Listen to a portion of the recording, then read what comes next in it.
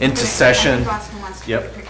And the first thing we're going to do is take our annual picture for the... Are we sitting or are we standing? No, we'll We're standing. stand for the annual report.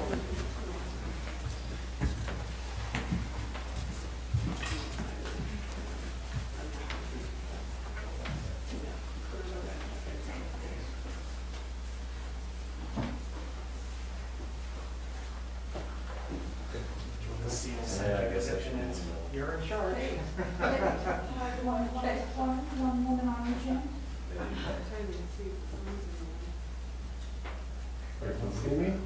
Absolutely. Do you need a picture of the camera? I am. Ready? 1, 2. I'll take it. iPhone must be good. All right. I got a bunch. I'll get them over.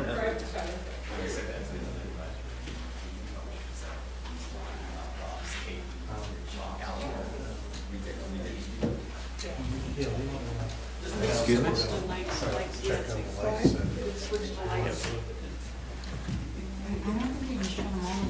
think you should announce it first. Why we go this? What are we doing? Nancy Zion. Oh. Okay. First, there's a lot going on around town over the next few weeks.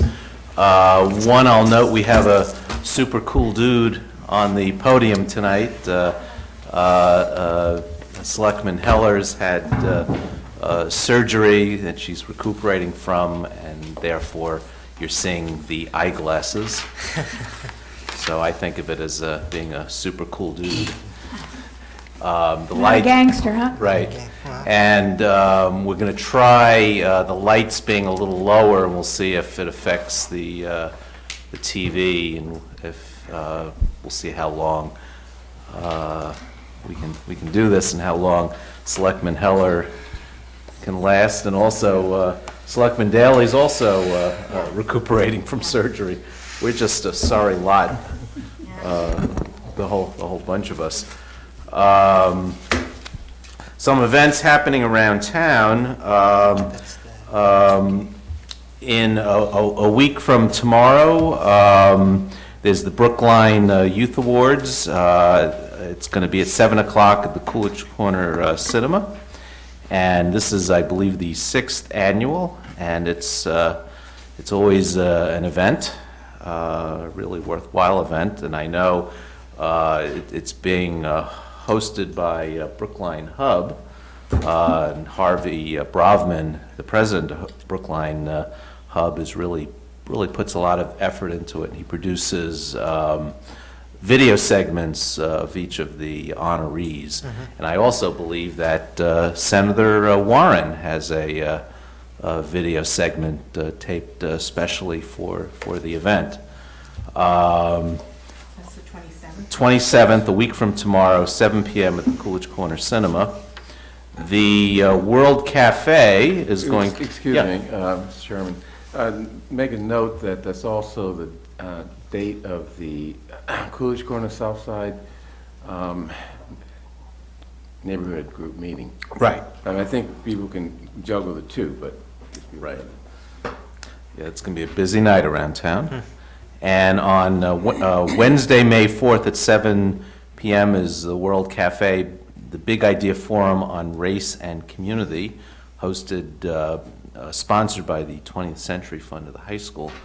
And this is a continuation or another event in a series, and there's going to be more coming out about that event. That one is 2 weeks away, May 4th. There's an event on Sunday, Selectman Franco? There is. Walk a Mile in Her Shoes, which is an event that seeks to bring awareness to domestic violence, not only in Brookline but across the country, is having its rescheduled walk. That's snowed out, I think, the It first did time. the last time around, and I believe it's begins at 1 p.m. At the public health building, the Stephen A. Train building. in this sort of remembrance garden behind behind the building. And it's sort of a come as you go as you please, begins at 1 p.m., and everybody's encouraged to attend and bring awareness to this important issue. Also, some awards the town has won. We've been designated once again as a Tree City USA, which is a designation issued by the Arbor Day Foundation. And I know we have a very active tree planting committee, and we have a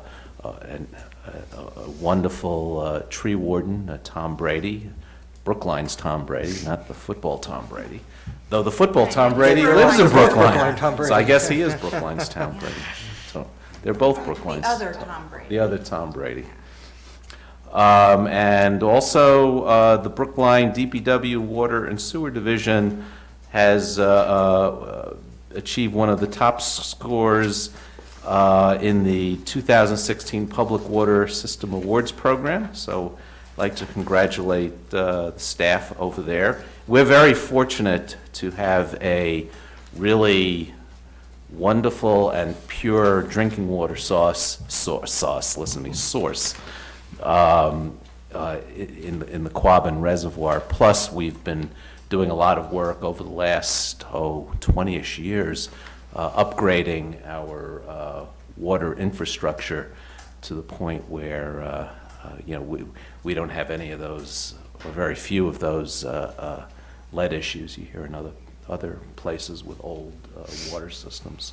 So that's a really good thing. Yes, Selectman Heller. Well, speaking of the Quabbin, I heard on the news that the bald eagles also like it, and they have been nesting, and they're increasing the population, which is a good thing since they were almost extinct. But I wanted to mention two things. One is that the dental program that I've been working on had its cleaning session on a week ago Saturday, and the organization Polished Teeth was there to provide free dental cleanings to people who had registered, and they were terrific. We have now to move on to the next phase, which is much harder, of trying to find dental services for people who really can't afford it and who do not even have mass health, which is a limited amount of dental insurance. So, but we're continuing to work on this problem, and I'll keep letting you know. The other thing I wanted to inform you about is that the Climate Action Committee at its last meeting appointed a working group, a subcommittee, to look into the issue of community aggregation, which you remember was on the warrant in the fall and passed resoundingly. And I've attended a couple of the meetings. The members have worked very diligently. Unfortunately, Lara Curtis Hayes has left, but Maria Morelli has stepped right in. She's doing a terrific job, very well organized, excellent minutes, excellent written materials. We will be asking you to put on the agenda for next week a vote to a recommendation to vote for the Metropolitan Area Planning Council as our agency to procure the program. And then we have a few other dates that I'll inform you about as we go on, including we'll need a public hearing in early June about the aggregation plan, the draft aggregation plan. So we're moving right along. It's very encouraging that we have so many excellent volunteers from the committee and a few other people who are come to the meetings, like Tommy Vitolo, who was a petitioner of the article and who's got a vast knowledge about this issue. So I have to tell you that when I was growing up, my father used to always yell at us. There was a lot of kids in the family, and we'd always get yelled at to turn off the lights from the living room. And so, for years I'd think of him and turn off the light. But now I think of Tommy Vitolo when I go turn off those lights. So he's had an effect. Okay. So at any rate, next week I hope that we will we will vote on the recommendation to accept MAPC. That's very exciting. Yeah. Yeah. Selectman Franco? So I just wanted to quickly thank our police department and our Department of Public Works and our fire department for what I believe is a flawless marathon in Brookline. I'm not aware of any major issues. I know the race was successful. I think I saw on the Globe website today that 97% of people who started actually finished the race, which is impressive in and of itself. But even more impressive, I'm not aware of any issues in Brookline or anywhere along the course. So thank you to our public safety personnel for keeping everybody safe and allowing for the marathon to go off without a hitch. Yeah, and DPW, because they have to come along and clean up. Yep, so, exactly. I would just mention, thank you, Ben, that we were visited by the Secretary of Public Safety, Commonwealth of Massachusetts, yesterday, visited our command center along Beacon Street. It was very nice for him to show up there. And also, just a shout out to Team Brookline for all their runners and, more importantly, I think, for the money they raised for the town's charities. Lastly, or Let me seize the opportunity to say a quick word about the William Dawes event, which I for know it. we've all attended in past years. I think this board maybe needs to think a little bit of how we can get the word out more. It was sparse attendance yesterday. So this is an event where that reenacts William Dawes' ride, the lesser known of the two riders on Patriots Day, and paid a visit to Devotion School, and was an exciting event. I got drafted into service to read the governor's proclamation, but something that I would encourage my colleagues to attend again, and members of the public as well. Quite honestly, for people who live on my side of Beacon Street, it's getting harder to get there and to get home afterward. And given that I have some mobility challenges right now post-surgery, I decided I couldn't. I usually end up walking a long way to get back home because you can't park anywhere nearby. And if I got my car over that side of Beacon Street, I'd never get it back. So I think as we think about ways to make this more accessible, some of that may involve figuring out how to get people back across Beacon Street if they want to come. And I know you've been One busload or Yeah. something that will go back. You've kept us honest about that in past years. I know you've been vocal about wanting to think more creatively about ways to get across the marathon route, both before and during the event. And I think that that's a worthy conversation to have. So thank you for holding our feet to the fire. okay, lastly, before we get into our calendar, on a more serious note, I just want to inform the community that we have received our, I think, fifth 40B, notice of our fifth 40B application, this one at 111 Cypress Street, right near the intersection of Route 9 and Cypress, or right on the corner of Brington Road. And this board, in the next few weeks, will have a public hearing on that proposed 40B, similar, going through the same process we've gone through with the other 40Bs that have been applied, been applied for. Is that the right phrase, I guess?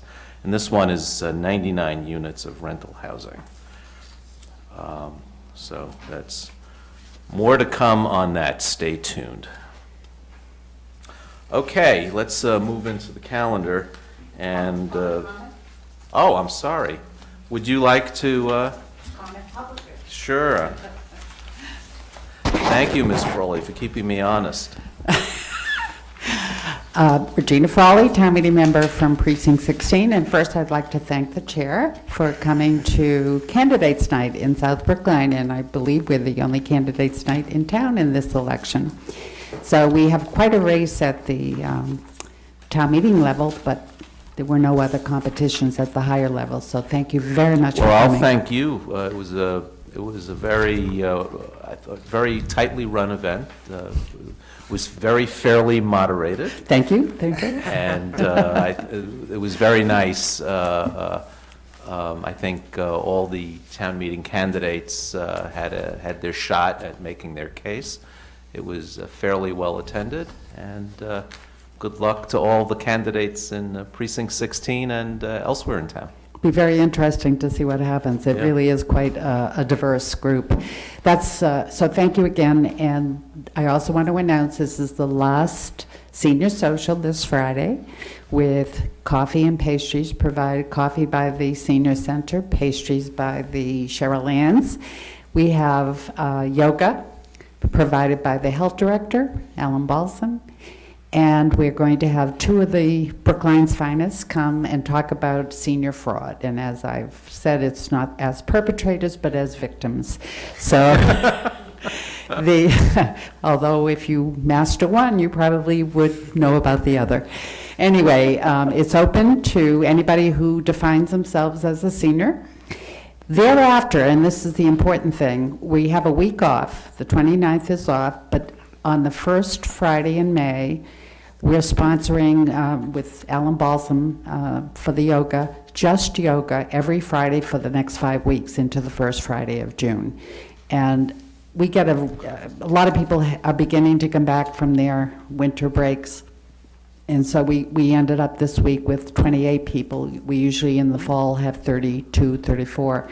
But they're dribbling in, so if you want to give me a call to just be sure we have a chair for you, I'm sure we'll make room. 617-469-0052, and I guarantee we'll find a place to put you. Thank you very much. You have chairs for the yoga? Say, I can't hear you. You have chairs for the yoga? So glad you asked. Yes, it's called Gentle Chair Yoga. And we've been very blessed. We started out with Karen Wentz, who, as you know, moved out of state. Karen was brilliant with people with disabilities, with other impairments, and she had a way of doing the gentle chair that met each person's capacity and not exceed it. Well, we've got Keith Beasley now, and he's marvelous as well. And, you know, you never push yourself. If it doesn't feel okay, don't do it. But it's all done safely so that you don't have to worry about a lawsuit. Everybody's sitting in a chair. They're not going to fall over. And we have had no incidents. And it's a wonderful group. It's a very social group. And when Alan Balson came to our very first social 6 years ago, he said he came to give us a lecture on how to grow old, and when he saw the group in action, he said, I have nothing to teach you.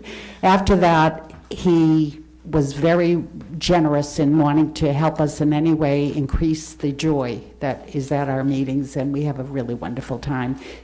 Strangers are just friends we haven't met yet, so please tell people they're welcome. Thank you. Thank you. Okay, I think we can move on to our calendar now. First item is minutes of April 5th and 12th. I had some changes, which I sent over. And I have Yeah. some. Yeah. So I will move, whoops, I'll move that we approve the minutes as amended for both April 5th and April 12th. All those in favor? Can we divide the question, because I have to abstain on the April 5th meeting? Okay, so I'll move approval of the April 5th minutes as amended. All those in favor, please say aye. Selectman Daley? Aye. Selectman Franco? Abstain. Selectman Heller? Aye. Selectman Green? Aye. And chair votes aye. And I'll move that we approve the minutes of April 12th.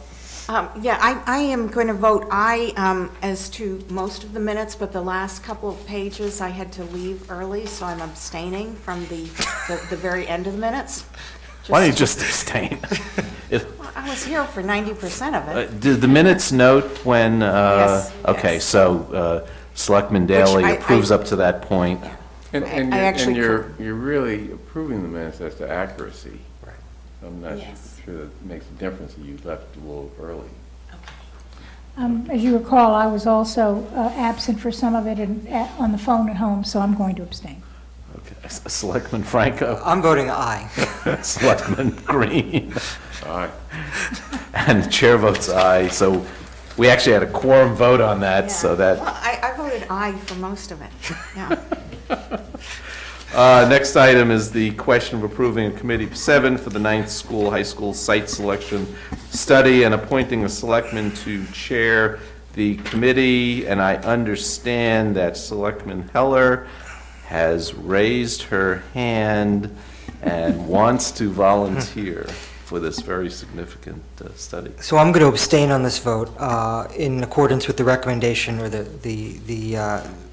I guess the advice I got from the State Ethics Commission. So Okay, so all those, you don't have to leave, we're just gonna vote, unless somebody wants to discuss. No. Okay, good.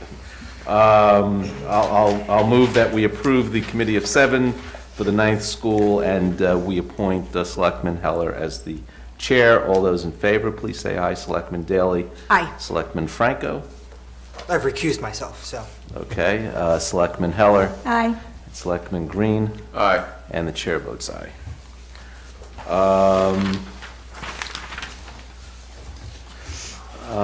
We have a couple of three temporary licenses, and I will just move them in omnibus fashion. Can I just mention, one Sure. of them is the Brookline Library Foundation fundraiser, Oh.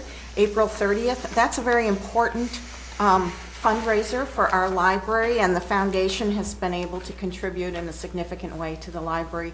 I always enjoy this one. It's a good one. They're holding it out in South Brookline this time at the Putterham Library. So April 30th, people should assume somewhere online, the Brookline Library site might direct you to where you can get tickets. Yes, I believe I think it's so. on the Library Foundation's homepage, which is linked to off the library homepage. Okay, so I will move that we grant a temporary all kinds alcoholic beverage license to the Brookline Library Foundation, Linda Carlisle, President, in connection with a fundraiser to be held at the Putnam Library, 959 West Roxbury Parkway on April 30th from 6 to 9. I will also move that we grant a temporary all kinds alcoholic beverage license to the Hellenic Association of Boston Annunciation Greek Orthodox Cathedral of New England, Esamina Dodge, Vice President, in connection with a Sweet 16 party to be held on April 30th, 2016, from 7 p.m. to 1 a.m. at 162 Goddard Avenue. And by the way, I assume that the alcohol is for the adults, not the sweet 16ers. I would assume that. And I will move that we grant the temporary wine and malt beverage license to the Law Center to Prevent Gun Violence, co-chair Susan Phillips, in connection with a benefit dance to end gun violence on May 7th from 7 to 11 at the United Parish Church, 210 Harvard Street. I'll also note, before I take the vote, that all these licenses are in order, and the police department has approved them. So all those in favor, please say aye. Selectman Daley? Aye. Selectman Franco? Aye. Selectman Heller? Aye. Selectman Green? Aye. And the chair votes aye. And is that the first vote where we didn't have any abstentions? Okay. Couple of budgets. The first one is the advisory committee, and I see Mr. Lynn Jones in the audience. Come on up. This is a very complicated budget. So what's going on downstairs? Well, good evening. I'm Sean Lynn Jones, Chair of the Brookline Advisory Committee. And, in a nutshell, this year's budget for fiscal 17 is level funded with a very small increase for personnel. And I don't have to explain to you, since every selectman is a former member of the advisory committee, but we're doing our usual thing, and that is reviewing the warrant articles that come before town meeting through subcommittee hearings and lots of meetings with the full advisory committee, and doing the same for all the departmental budgets, and fairly far along in that process. And apart from personnel, the biggest ingredient in our budget is pizza for those meetings that take place during normal meal times. And a few sandwiches now and again, too. So isn't that pretty much every meeting? No, we usually start at 7:30, and we assume people can eat beforehand. Okay. And we start at 7 sometimes, and there are a few subcommittee meetings that run from 6 until 7:30, and when that happens, we will pay for sandwiches for any members who can't eat otherwise because they're meeting during dinner. Okay.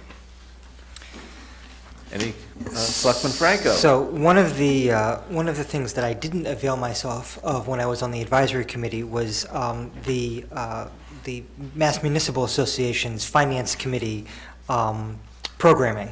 And I'm wondering if you're aware of anybody on the committee now attending conferences or taking advantage of some of the printed materials which they produce. Well, one of the items in our budget, actually quite small, is for dues, and there's an association of town finance committees, and that periodically has meetings, and a couple of us went out to that meeting, and it's very interesting to go. Sometimes you learn something and sometimes you don't, but you realize how different Brookline is as a large town, and you appreciate how we have to behave differently. And just to give you an example, at one of these meetings I was advised never to have subcommittees because they'd be subject to the open meeting law.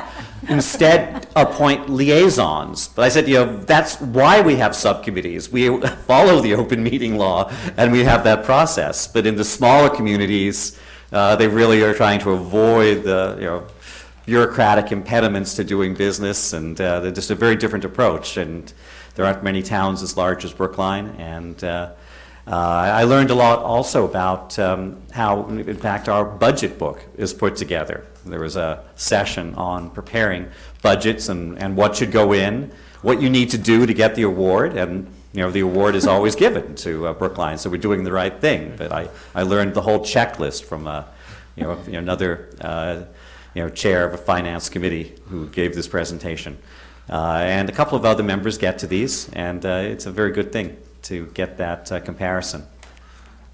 Yeah, I remember going and having the exact same reaction.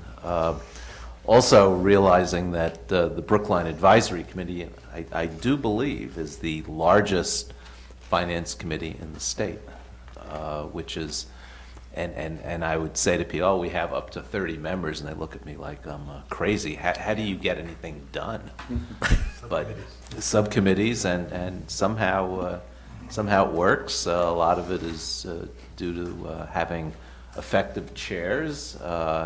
Since I've been involved, we've had, I think, 4 chairs going back to Sergio Modigliani, and each chair has been extremely effective, including our own colleague here, Selectman Daley. I think the other thing is our adherence to our fiscal policies. We took the time to develop fiscal policies which make sense, and we abide by them, which may seem like common sense, but is not always the case. Yeah. And in the professional management of the town, Mr. Kleckner and Ms. Goff and Mr. Faison do the lion's share of the work, and we up here get to take credit for it along with members of the advisory committee, but the dirty little secret is that there's a lot of expertise, knowledge, and dedication in the professional management of the town. So, Well, I'll certainly second that. Well, I will just add that the fact that we have good fiscal policies and we stick with them is frequently cited when we're by the bond rating agencies as to our AAA rating that's so important. in the audit committee, which I know Selectman Daley ably chairs. But I think too, there's kind of a, within the advisory committee, there's kind of a, I'll call it a culture of competence. We have we have a lot of really good, committed people, a lot of really smart people on it, and it's a group of people who just pitches in and gets stuff done. And it's, I always enjoyed my time on advisory, and I'm just glad to see that it's continuing. Okay. Thank you very much. If you don't have any other questions or if there. Anything else? any- It's hard to argue with a 1% increase in your budget. Thank you, Mr. Lynn Jones. Thank you. The next budget is the personnel benefits budget. Ms. Goff. Good evening. What you should have in front of you is a revised personal benefits budget based on the most recent rates that came out from the GIC. So that results in a $56,848,195 total personnel benefits budget. I'll just walk through some of the changes that you see in the chart that you should have in front of you. So the pension, the contributory and non-contributory, goes up by a little bit over $1 million, and that is based on our current funding schedule, which brings us to 2030. We've talked a lot during this budget season about how the next funding schedule will have an impact on fiscal 18, and considering the poor activity during calendar year 15, we're expecting that we'll probably see this line item increase next in fiscal 18. The group health budget is based on the current GIC rates with additional enrollment for schools of 30 FTE and town 10.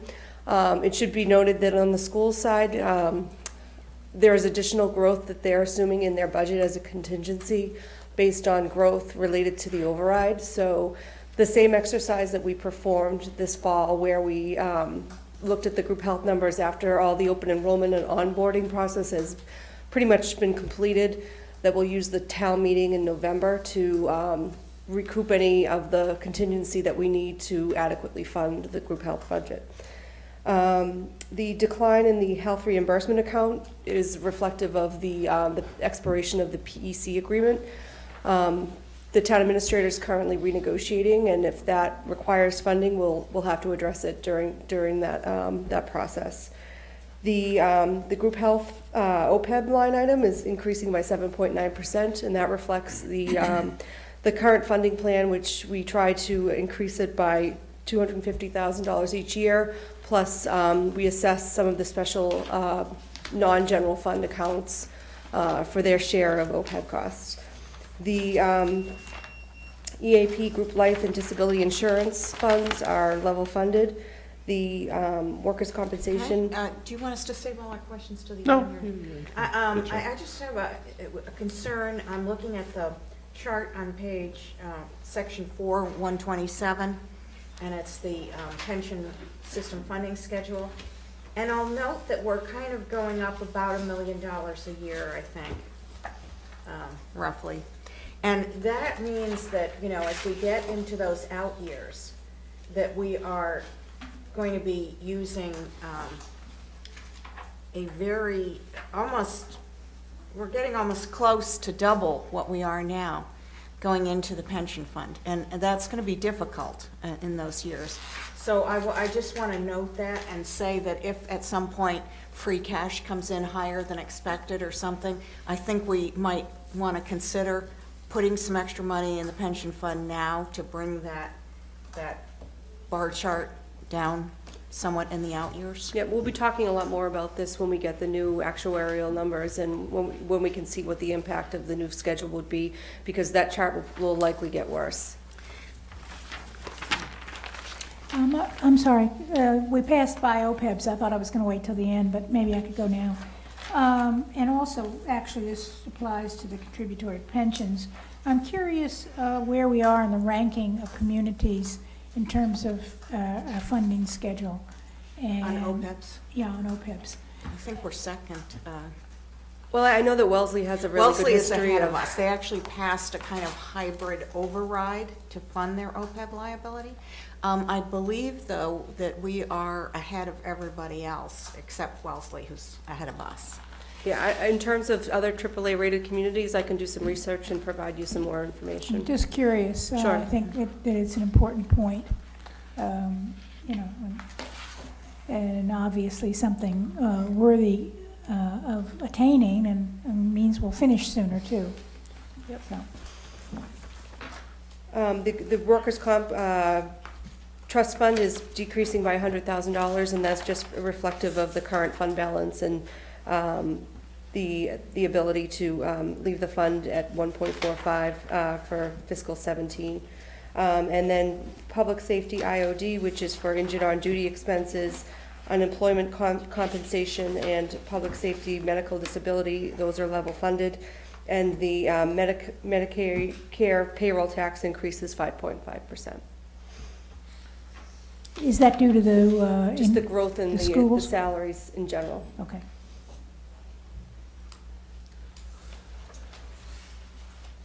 Any questions, additional questions, comments?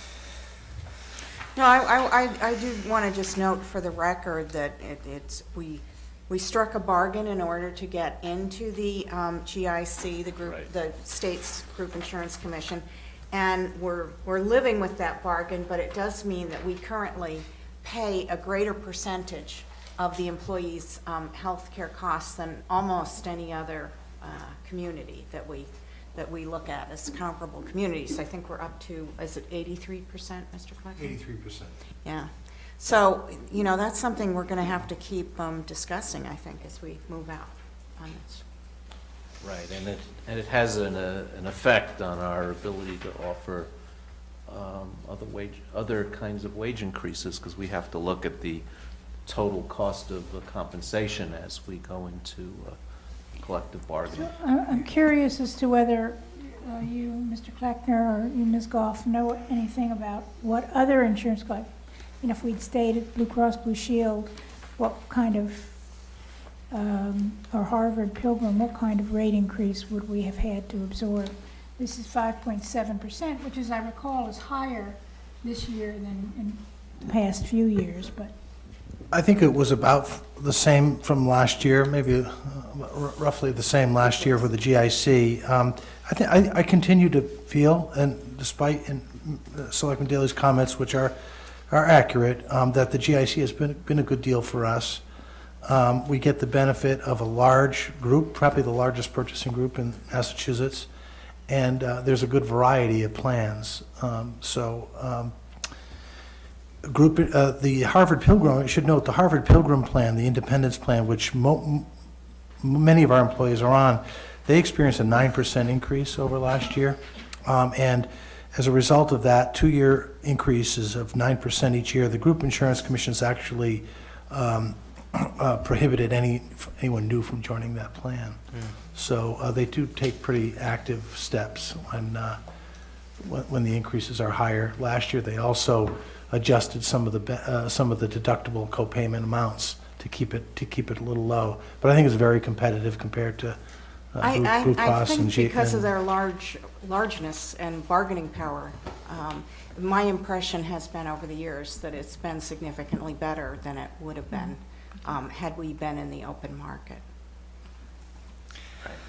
I'm wondering what the length of the PEC agreement is. I know you said we were in negotiations right now. Is it a 3-year deal? Is it a 5-year deal? 3-year deal. It expires in June, So and we're actively negotiating now.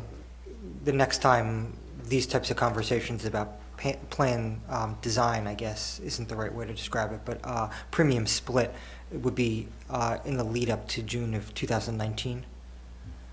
3 years. Okay. Well, we're negotiating it now. Right. And then the next time would Yep. be, we don't have to, I don't know, I believe we have to sign up for at least 2 years of the GIC. It used to be 3, and now I think it's 2. Anything else on personnel benefits budget? Just a quick question. I know we're in the midst, or soon to do an actuarial assessment of the pension. When are we due for one for OPEBs? I think We just did one, so I think it's another 3 years or something like that, so. Okay, so we'll move on to the next item in the calendar, public hearing on some warrant articles. The first one up is Article 8, which is the general budget article. We're running about 15 minutes behind at this point. So, Ms. Goff? Okay, so the personnel benefit budget was actually the last budget that the board had yet to review. So by now you have seen everything that is in the financial plan and the CIP. So just a general overview, you've got $243 million in general appropriations. Town departmental reviews have been done. We've got the GIC rates, the recommendations behind where the surplus as a result of the rates. We recommended that the Planning and Community Development Department be funded for an additional planning position, the Building Department for an additional craftsperson, which is split 75-25 school and town. We are recommending that some of the surplus be in the collective bargaining reserve, and then the school department gets their share of the surplus as well. So some changes from the CIP and the, hold on a second. All these bullets, I thought they would just pop all the way in. So these are just some of the things that have changed since the financial plan. So when the financial plan came out, the school studies line item that you'll see in the special appropriation vote was actually called Major K-8 Project. The school committee has done a lot of work trying to figure out the timing of both the night school and the high school project, and they've come up with a plan where they would be doing a feasibility study on both projects during fiscal 17, and they have an estimate that it would require $300,000 for the K-8 site and $500,000 for the high school. In terms of after fiscal 17, there's a lot of things that are still kind of up in the air in terms of schematic design and how much funding would be available. As you know, both this board, the advisory committee, and the school committee are recommending not participating with the MSBA. So the funding plan in the out years still kind of needs to recalibrate based on that decision. Well, I think we're talking about not participating on the elementary school project, right? No, high Both school, projects. Oh. I didn't realize that was a final decision. I thought we were going to think about resubmitting at some point. Did we vote? I believe the vote was for both. Okay. Well, we got turned down once, so Right. we realized that if we pursued it, it would really mess up the timing Yeah, plus we were and make it getting- much more difficult to get it done. Yeah, and we weren't getting very positive encouragement from the MSBA. You also should have in your packet draft budget tables based on those recommendations.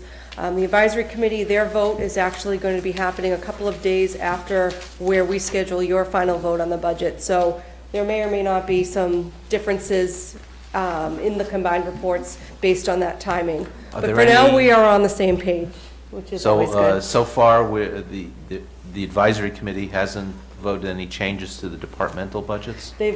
So far, the votes have been in line with the recommendations that we had for the financial plan. But, you know, the 28th will be when they have their omnibus vote, which will then essentially let us know where it all falls.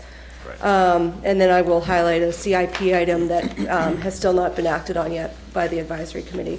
Some of you may know that the House Ways and Means budget came out last week, and my analysis shows that we aren't too far off from what we had assumed with the governor's budget. We're to the difference is $3,500 to the bad, but we're hopeful that by the time the Senate budget and the final budget comes out, that we'll be pretty close to where we are right now with that. 3,500, that's all? Yep. Gosh. So. Has it ever come in that close to the original? Yeah, sometimes it has. Sometimes it stays pretty steady, so. You guys have been reading the crystal ball, huh? Well, I think that, you know, we weren't sure what the governor was going to do with, or what the House was going to do with the UGGA money, the unrestricted general government aid, and they pretty much stayed with the governor's recommendation on that. There were some increases in Chapter 70, but we did not see those increases. Some of the minimum aid communities benefited from those changes. So this is just an overview of the CIP. We had DPW in the other night, and we kind of highlighted some of their major projects, considering that they have the heaviest load with all the CIP projects. We have some classroom capacity money, which is primarily paying for lease costs, And, with the recalibration of the school studies, we do have $35.1 million kind of earmarked for the BHS, the high school project at this point. So these are some of the other major projects in the CIP. We've got our $4.5 million fleet maintenance training facility fire project coming online in fiscal 17. We talked with Erin about the Brookline Reservoir Park project, which will be coming in fiscal 17. And we have a few other park and playground projects as well. We talked about the parking meter upgrade that's also coming as well. These are some ongoing CIP funding that we provide, ongoing for streets and sidewalks, for parks and open space, continual investment in IT and energy conservation as well. This is just a reminder of the funding sources for the CIP, where we have a policy that says 6% of prior year net revenue plus free cash. We try and aim for 7.5% for our CIP. So then you can see that out of the revenue finance CIP, $8.9 million of that, 4.5 is from taxes and 4.4 million is from free cash. This we also put in the town administrator's budget message. This just shows all of the fiscal policies for free cash, kind of the priorities and how they're visited, and then what that does in terms of providing funding for the CIP as well. So then the debt finance portion of the CIP, we've got $13.2 million in debt service. Of that, 9.6 is from general fund non-debt exclusion debt service. And then we have debt exclusion of 1.05 million, and that was for the high school project, and enterprise funds of 2.5 million. So these are some of the changes that are different from some holds and changes that the advisory committee has voted currently on CIP. So the only item that I have not seen action taken on the CIP is for this $36,000 item for bike access improvements. There were a lot of bike advocates that showed up. There was a discussion about whether or not there should be more of a trial, maybe not using the thermoplastic paint. And so the Advisory Capital Subcommittee is going to have a public meeting to discuss that issue further, and they'll have a recommendation in time for their omnibus budget vote. In terms of some of the other special appropriations, these are a few conditions that were put on some of the public works projects. I don't think that DPW had any issues with having these conditions on there, because the Emerson Garden and Corey Hill Playground, those construction wouldn't start until after December 1st, 2016, so they didn't have an issue with that as well. Yep. So that is pretty much your overview, and next week I'll have a formal vote ready for you in time for the combined reports. Selectman Daley. I just want to, on item 1 on the fiscal year special appropriations in the article, I'm looking at the article, was $300,000 for extraordinary repairs to the garages located on the grounds of the Town Hall complex. And I feel about these garages a little bit the way I feel about the single tree tank. Mm-hmm. This is on there every year. Why? What are we doing? Why do we keep spending more money on these garages? And when are we going to finally finish this project? So there was some recent rain events that happened that caused some flooding around the entrance of the Pierce School. Mm-hmm. So they're hoping that this is the final phase. That they keep assuring me that it should be, that will address some of those flooding issues that happen. They've been doing them in phases, and so that's why you see it every year. They're different phases, they're different projects. Well, I'd like to not see it anymore. I think that's what Charlie said. That This was is the the last intent. phase. It should Okay. be. All right. You'll see something else probably, but The not- single tree will be back on. Any other comments, questions from the board? This is a public hearing. Any questions from the public? Anyone wish to speak on any budget item, whether departmental or CIP? I see none. So, thank you, Thank you. Ms. Goff.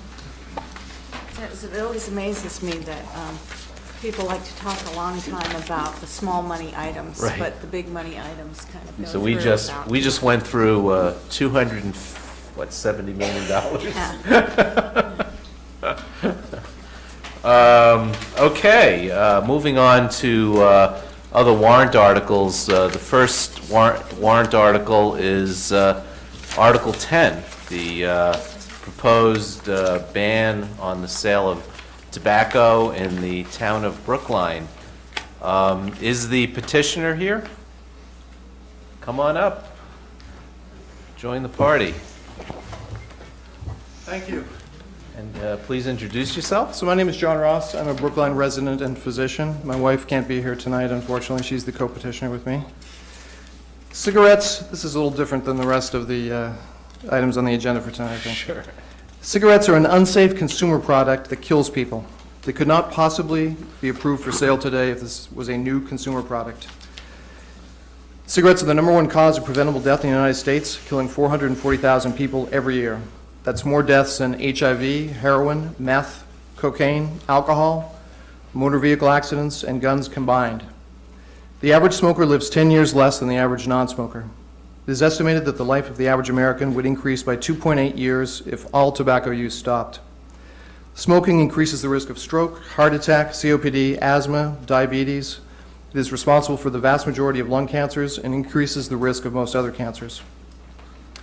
Tobacco is an economic disaster that you and I pay for out of our tax dollars and health insurance costs to the tune of $320 billion per year. The sale of cigarettes is a moral disaster. Tobacco products are marketed primarily at minorities, the poor, and the young, vulnerable populations that are unlikely to be fully aware of their health risks and addiction potential. While raising the smoking age to 21 in Brookline has reduced the rate of smoking among high schoolers in the town, we should not be satisfied until we have done all that we can to prevent a new generation of young people from taking up smoking. Tobacco is a deadly and highly addictive drug. Unlike alcohol, which may have health benefits at modest levels of use, even low levels of smoking are bad for you and increase your risk of death. In terms of addictiveness and attributable mortality, tobacco belongs with illegal drugs such as heroin. According to a 2012 Gallup poll, 88% of smokers wish they had never started, and 78% of smokers wish to quit. There is no constitutional right to smoke cigarettes. Tobacco is a dangerous, addictive drug that does not belong in the American marketplace. In fact, tobacco bans have already been upheld by the U.S. Supreme Court in Austin versus Tennessee. Now, in our original warrant article, we had called for an immediate ban on the sale of tobacco products in Brookline. After hearing from small businesses in Brookline, we realized this would have severe consequences on a number of small businesses, particularly on convenience stores and gas stations, which are an important and valued part of the fabric of our societies and communities. I would therefore ask the Selectmen and Selectwomen to support an amended warrant article to form a study committee with representation from the public health and business communities of Brookline to examine the impacts of stronger anti-tobacco measures and education in Brookline. There are 3 subjects in particular that I would like the study committee to consider, although there could be others. One is the tobacco-free generation strategy, or the banning of sales of tobacco to persons born after 1995. This proposal, known as the tobacco-free generation strategy, would minimize the economic impact of a tobacco ban by phasing it in gradually over time, resulting in about a 2% yearly decline in tobacco sales. It would help the current generation of young people in Brookline to stay tobacco-free, which is the major goal of the warrant article, while allowing persons who are currently of legal age to purchase tobacco to continue to do so. And this proposal in particular was found to have be worthy of further study by the Public Health Advisory Council last week. Another potential strategy would be a ban on the issuing of tobacco permits in Brookline to businesses that do not already have a tobacco permit. Businesses with existing tobacco permits would be grandfathered in, and such permits could be transferred with the sale of the business. This measure would prevent the further proliferation of tobacco retail outlets in Brookline while not affecting current tobacco retailers in any way. Finally, e-cigarettes have become a major route of nicotine consumption for U.S. youth. And I'm told through my reliable informers that e-cigarette use or vaping is becoming common among kids at Brookline High School. E-cigarettes are probably not as harmful as cigarette smoking, as the cancer-causing compounds found in cigarettes are largely absent from e-cigarettes.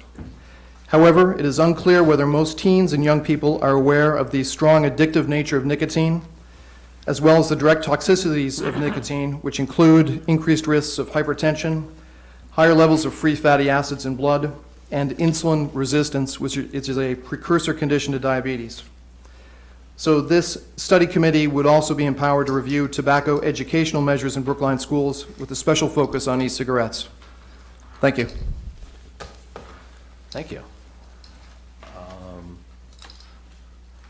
Any questions or comments from the board for the petitioner? Can I ask, do we give tobacco permits? I don't The remember. health department must, yes. Oh, the health department, do you? Okay. Because I don't remember us ever. No, we're not the issuing authority. Okay.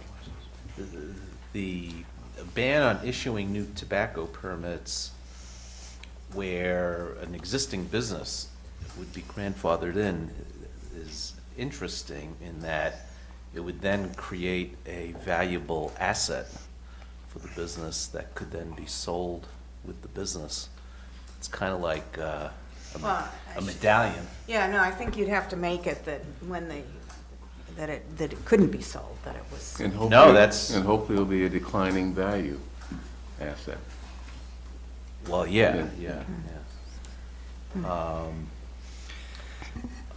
Can I just ask the petitioner, the tobacco-free generation strategy, can you just tell us a little more about that? What is that? Sure. So this is a relatively new idea in public health circles. You have to get right up to the microphone because this is being So taped. this is a idea that's been kicking around public health circles for a few years, and it's been seriously studied in Australia, Singapore, and also in Norway, but it has not yet been adopted in any of those communities.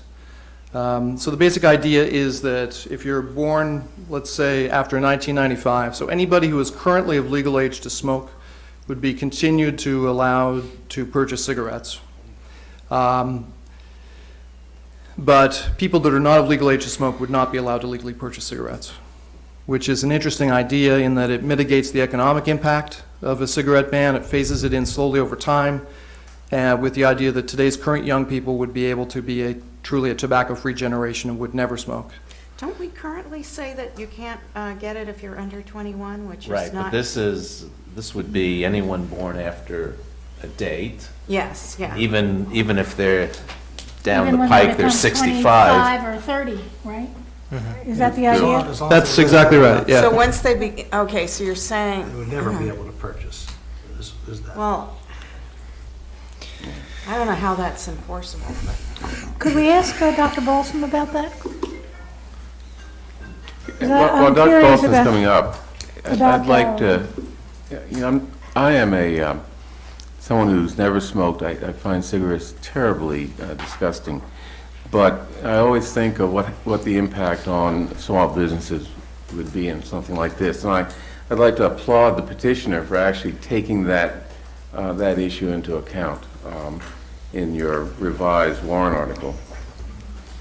My 2 cents.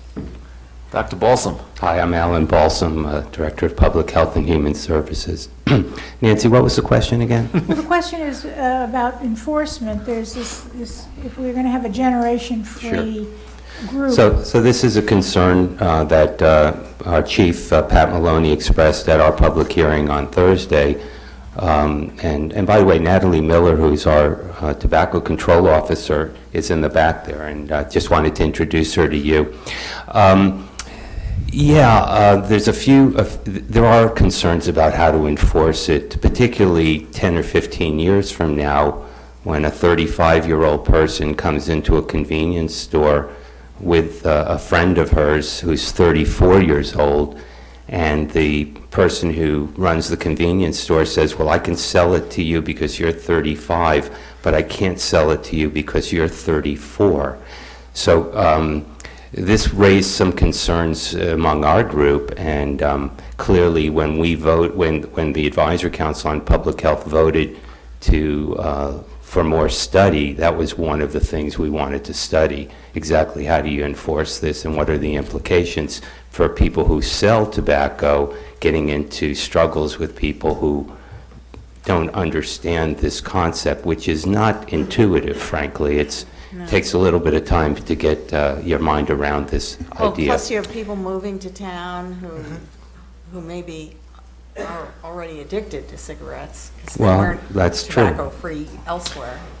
And suddenly you're... So I guess if you're from out of town, then maybe we would, say it was okay for you. I don't know. This is clearly it's a complicated issue. I think, again, I think the petitioners, nobody, everyone conceded the fact that tobacco is nasty, and we need to do all we can to particularly to stop young folks from initiating tobacco. And we've done quite a lot here, as you know. We've been in the vanguard on many issues. And just to be clear, the Advisory Council on Public Health voted 5-0 against the ban on sale of tobacco, but did vote 5-0 to encourage study of the second proposal that John raised, which was a tobacco-free generation. Now, tonight there are a couple of new elements that have been introduced that we have not had a chance to think or discuss, and I'd want to have some opportunity to think more about, particularly the e-cigarette proposal, which has never been brought up until this moment, as far as I know.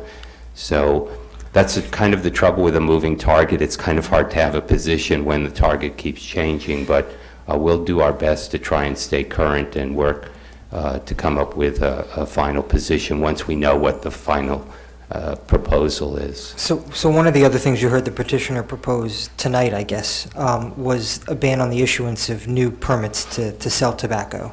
I wonder if that's something that's been kicking around that other communities, either within or outside of Massachusetts, have explored, and what their experience has been to the extent that has occurred. It's never occurred. Whether it's been kicked around, I don't know, but it's not occurred. But, again, if we're going to study it, it's worthy of study, I think. One thing I'm concerned about is, we have a very active tobacco control initiative in the schools run by our peer leadership program. We have over 50 peer leaders now. And we also have an active group called the Brookline Substance Abuse Coalition, BSAC, and I'm a little concerned about that's their job, is to study these issues and to take them up, and we've empowered them to do that. So I want to make sure that all the study committees don't get in each other's way and step on each other. I also don't want, our youth group is proposing a warrant article in the fall to ban flavored tobacco products and flavored oils in e-cigarettes, and also to deal with the issue of individual cigars that are priced at 50 cents and stuff like that. So these are gaps in our current regulations that we've identified. And frankly, all of our stuff, as you know, has been spearheaded by these youth. And I don't want to do anything to mess up the fact that they take such initiative on these issues. So again, I just want to make sure that the study committee doesn't get in the way of what the peer leadership program is going to be doing in the fall. So in order for us and the advisory committee and ultimately town meeting to act, even if it's to appoint or to suggest a study committee, we need some language and a proposal. So who's going to be taking the lead on that? I suspect the petitioner. Okay. Dr. Ross? Didn't know what you got yourself in for, huh? Welcome to the town meeting process. So I'm wondering, Dr. Walsum, if we had, I remember when we banned smoking in restaurants in Brookline, and I'm hearing from many restaurants that this would be a disaster, and in fact, the restaurant business has flourished in Brookline. So I'm wondering if we did something like said, we're giving you a 5-year window to figure out other products and stuff for the businesses that sell tobacco, and then at that point is when this ban would go into effect, if something like that might be an approach to take. It certainly would be worthy of study. I can't predict. I know that there was a lot of several businesses who said they would go under with when we were the first in the Commonwealth to ban tobacco in public facilities. In fact, one or two places did go under, but many more places flourished. And so I don't know. I'd have to ask some of the folks who run convenience stores who are here tonight whether they could retool in 5 years. If they could, that would be great. Well, I mean, it does seem to me, I am always shocked by how many kids at Brookline High School smoke.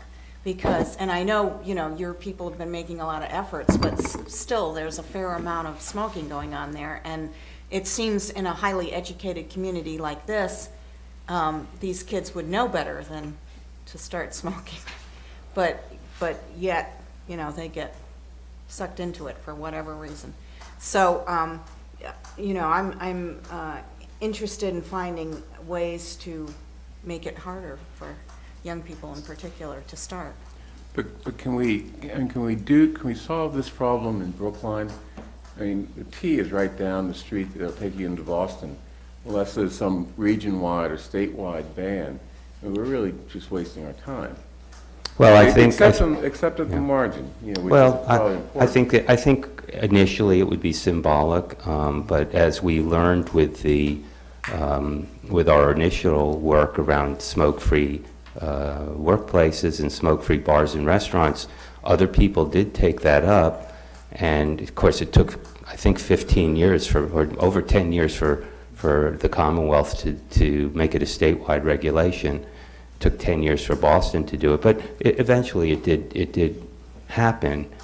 Now, one of the concerns raised at the advisory council was if there were a statewide ban on the sale of tobacco, what would that do to black market sales of tobacco products? And that's a legitimate concern, I believe, that can't simply be dismissed out of hand without looking at it more closely. I don't think that's a problem if Brookline is the only community that were to ban it or to take aggressive action against it. But again, there's a lot of moving parts to this that need to be looked at, and so I appreciate the fact that John has retreated in his initial proposal, and we'll see where it goes. Dr. Ross? Yeah, so maybe the amended article could be worded to see if the... No. We don't draft on the fly. Okay, to see if the town would approve the formation of a study committee to examine the impacts, potential benefits. You know what I would suggest you Okay. do is write something out and run it by town council. Okay. And then run it also by the town moderator, Mr. Gadsby. Yes. And you may also want to work with the advisory committee subcommittee. Ms. Humphrey is the chair of the subcommittee, is here, so you can speak with her and see if you can come up with some language. But I think the question was, were you willing to serve on the study committee? Yes, absolutely. Do we want to take a straw poll as to whether it should be a selectmen's committee or a moderator's committee to help guide the conversation, or do we want to stay silent on that topic for the time being? I think a selectmen's committee is better because we can ask the health department and to participate, and we have access to, town departments and resources that a moderator's committee does not have access to. Yeah, I would agree. I think that's the wise choice, especially when it gets into issues of issuing licenses. Right. It's probably better that this board be the group that provides staff and does the appointments. This is a public hearing. Is there anyone from the public who wishes to speak on this warrant article? You see the direction we're going, so come on up, Mr. Audi, and then... I do. Thank you. Good evening. My name is Elias Audi, and I had the pleasure to meet with Dr. Ross early on with the Chamber of Commerce committee meeting. It's called the Government Committee. and I appreciate his concern about, truly, I do, his concern about the well-being of the businesses that sells tobacco and especially cigarettes, because immediately he retreated the full ban to the 95-year timeline. But the more I personally thought about it, and I wish not to be understood, because I live in a house that smoke-free. Neither my wife, my kids, my oldest is 41, my youngest is 32. None of them smoke. My son-in-law don't smoke. My mother lives with us in a house too. We don't smoke. We are a smoke-free household, and we understand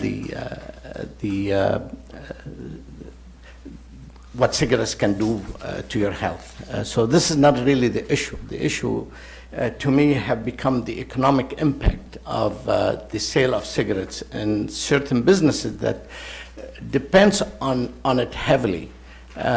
Depends on it because it's part of the structure of paying the rent, paying the expenses, paying the, and if you are in a franchise, and most of small businesses, even convenience stores, they are franchise. Rent structures are based on potential sales, and cigarettes, they consider it a big one. So I don't know how we can maneuver. Being a business owner, I truly don't know how I can maneuver around this issue to subsidize or to make up for the loss of sales of cigarettes. And I asked my son, who works with me, who is an accountant in trade, to give me a study, and I'll be very happy to share it with you. It's impossible. It's really impossible.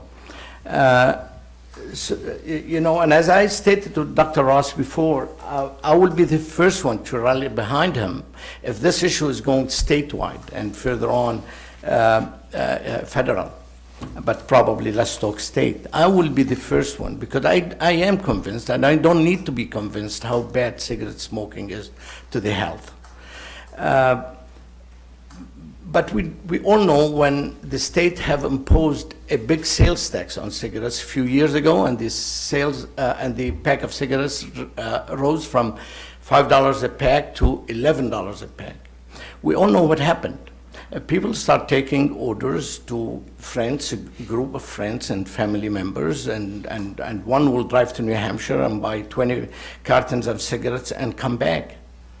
And it didn't make anybody stop, except it made the state lose so much in revenue, and also the businesses, especially those who are on the borders of the states, next door states, lost, a lot of them closed doors and lost a lot of business.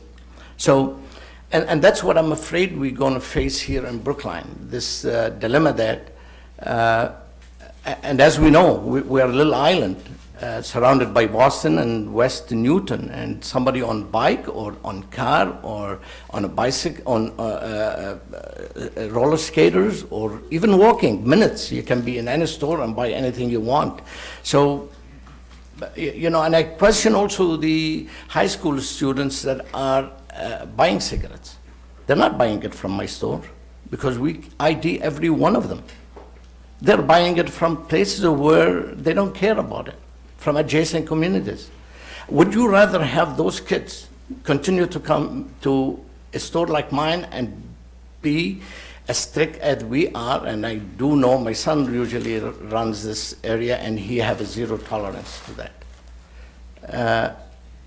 Have everyone ID'd, or would you want them to go down to Huntington Avenue, and there's a few, and I can walk with you there and show you, and they'll sell anyone and anybody. I mean, this is what we're really facing, and that's why I would say, let's go statewide, and I will be the first one to honestly put money on it and rally behind it and go statewide. But to single out a small community, it's not the right answer. You know, I do appreciate his thinking and his mind. I truly do on this subject. That's something that is, you know, should be anyone's with a clear conscience that should support. But also, I don't want to see, when I looked at the list of businesses that hold licenses in Brookline, 6 of them immediately, I knew they would be closing business. I know 2 of, one of them is mine on Harvard Street, another one my brother-in-law on Commonwealth Avenue. I know 6 of them immediately would close doors. You know, what's going to result with unemployment, more unemployment than we have, and also it's going to result with empty stores. Do we want to see empty stores? And that's it. That's what I have, and thank you. Thank you, Mr. Rowdy. Ma'am? No. Come on up, and Ms. Frawley, you'll be after. Hello, my name is Sungyeon Lee. Thank you for... Can you say your name once again? Sungyeon Sunyeon Lee. Lee. Okay. Got that, Kate? When I'm at my parents' store, I go by Sunny, so that's how most people in Brookline know me. My parents have owned Brookline Superette for 26 years. They've been residents for 22 years. I myself was a Brookline resident for 15 years. And I'm speaking on their behalf. Not only are they working, their English isn't very good. And I'm also speaking on behalf of a lot of the convenience stores and gas station owners who are immigrants, and English isn't necessarily their first language. I'm standing here to oppose the cigarette sales ban because I feel like my parents bought the store when I was very young, and to me, that store is more than just a place of business. It's a place in the community that I believe is irreplaceable. So a lot of the people in the community have seen me grow up, and I've seen a lot of the children being born and grow up and go off to college myself. I myself went to the University of Vermont, but I made a decision to come back to help my parents who are getting older. It's a family-run business. There are very high rents. We're in Coolidge Corner, and I know for sure that if this ban were to go into place, that we would be out of business. I took a look at our grocery sales order, and just that alone, it's 75% of the business every week.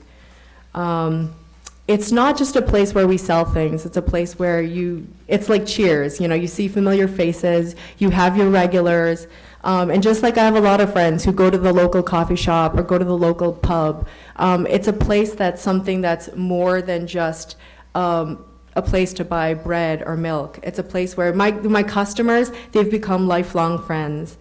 We offer a refuge from the world of big business. You're not going to get the same customer interface and personalizing the experience that you get in a small convenience store.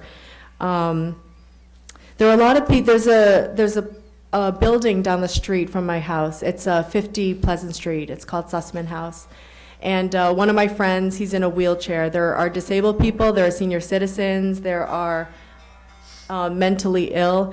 And our store is a place where you can go and have a chat and talk to people. And during like the snowstorms, when the elderly people can't get out, it's a place for them to go. So unfortunately, the cigarette smokers, I've heard a lot of my fellow convenience stores owners talk about how there are multiple sales that happen. I've noticed that a lot of our sales are just cigarette sales, but what you do have is you have lottery players who just play lottery, but you will have some who have groceries and phone cards and this and that, ice cream. But unfortunately, if the cigarette sales were to be banned, I feel like that our store would go under rather quickly. And 5 years is, that's an excellent proposal. But unfortunately, I think because Brookline, there's a lot of grad students, there's a lot of young professionals, and even being in Boston for, my whole life, I see that it's a transitional community. There will be people, like you were saying, who are addicted to cigarettes, who will come in and out, and they'll just go to the next towns. They'll just go to Boston or Newton and buy their cigarettes there, buy it online. And I believe someone said at the last meeting complaining that even we've lost millions in sales to New Hampshire. And as much as, Massachusetts wants to decrease smoking, I'm not sure how they feel about where the tax dollars and the tax revenue will be made up if everyone quit. My best friend's mom, she died of lung cancer 4 years ago, and she actually beat it the first time. And the second time, she started smoking again, and she wasn't able to beat it the second time. And the reason why I bring that up is because this is a woman who's dear to my heart. These are people that I don't want to sell cigarettes to, but I also know the power of addiction. And I do believe that education begins in the home.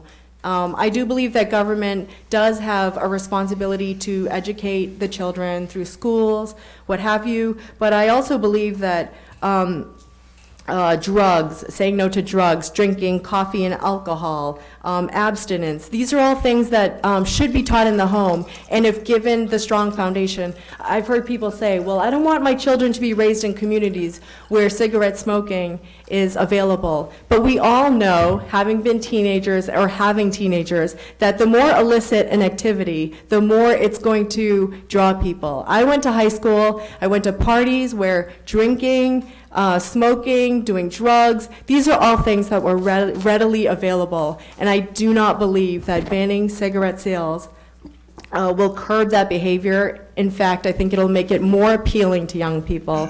And I think what's been most effective is educating people and sort of having a negative peer pressure, like, yeah, smoking, isn't the way to go, or if you're hanging out with a bunch of people and someone's smoking, people are like, ew, that's gross, like, why are you smoking? That kind of thing. And I feel like that's been most effective in Massachusetts than something like prohibition, which, as someone was saying, like, it would increase a black market, we would lose sales to New Hampshire, and people would just buy things online. So I do believe in an ideal world, yes, Brookline should be on the vanguard, and yes, it would make a difference. But I think what would happen is other towns would see all of our small businesses going out of business, and they would say, no, we don't want that, because I think it'll be ineffective. And yes, if there were a statewide ban, I think it would make a much bigger difference. Would it completely solve the problem? No, because I do believe that the addicted people would continue to get their sales online or from friends who are going to either Rhode Island or Connecticut or New York or New Hampshire. So I just want to thank you for taking the time to hear us out. I think you all are doing a great job, and it was actually really interesting for me, being a resident and someone for so long, to see how, Brookline government works. But I also appreciate my fellow business owners who are mostly immigrants, and a lot of us, we are in it for business, but for a lot of at least my family, they're college educated, and, you come to a country like America, there's like the American dream, and we want to create a society and a marketplace where immigrants can thrive. And we also want our children not to smoke, but we also know the reality is that if this ban were to happen, we would all go out of business, and I think it would be pretty unfortunate for Brookline. Thank you. Thank you. Regina, and then Ms. Frawley. Hi, Regina Frawley, town meeting member, and a longtime resident of Brookline, and a longtime former smoker. I don't think there's any question that the only goal we should have is Brookline should get rid of cigarettes. That's the goal. I don't hear anybody giving a reason why that shouldn't be so. To answer where the money would come from, if in general, even statewide, we'd save a hell of a lot of money, forgive my French, from health issues. People talked about dying. That's not where the money goes. The money goes to medical, helping people who have asthma, who have allergies, who have all kinds of smoke-related diseases that cost a fortune, and I'm sure our own insurance premiums go up. Having said that, I think a selectmen's committee is very, not only appropriate, urgent. I think the EDAB board, somebody should be very involved in it, because we need to help these businesses transition to other saleable commodities that will help them to fund their business.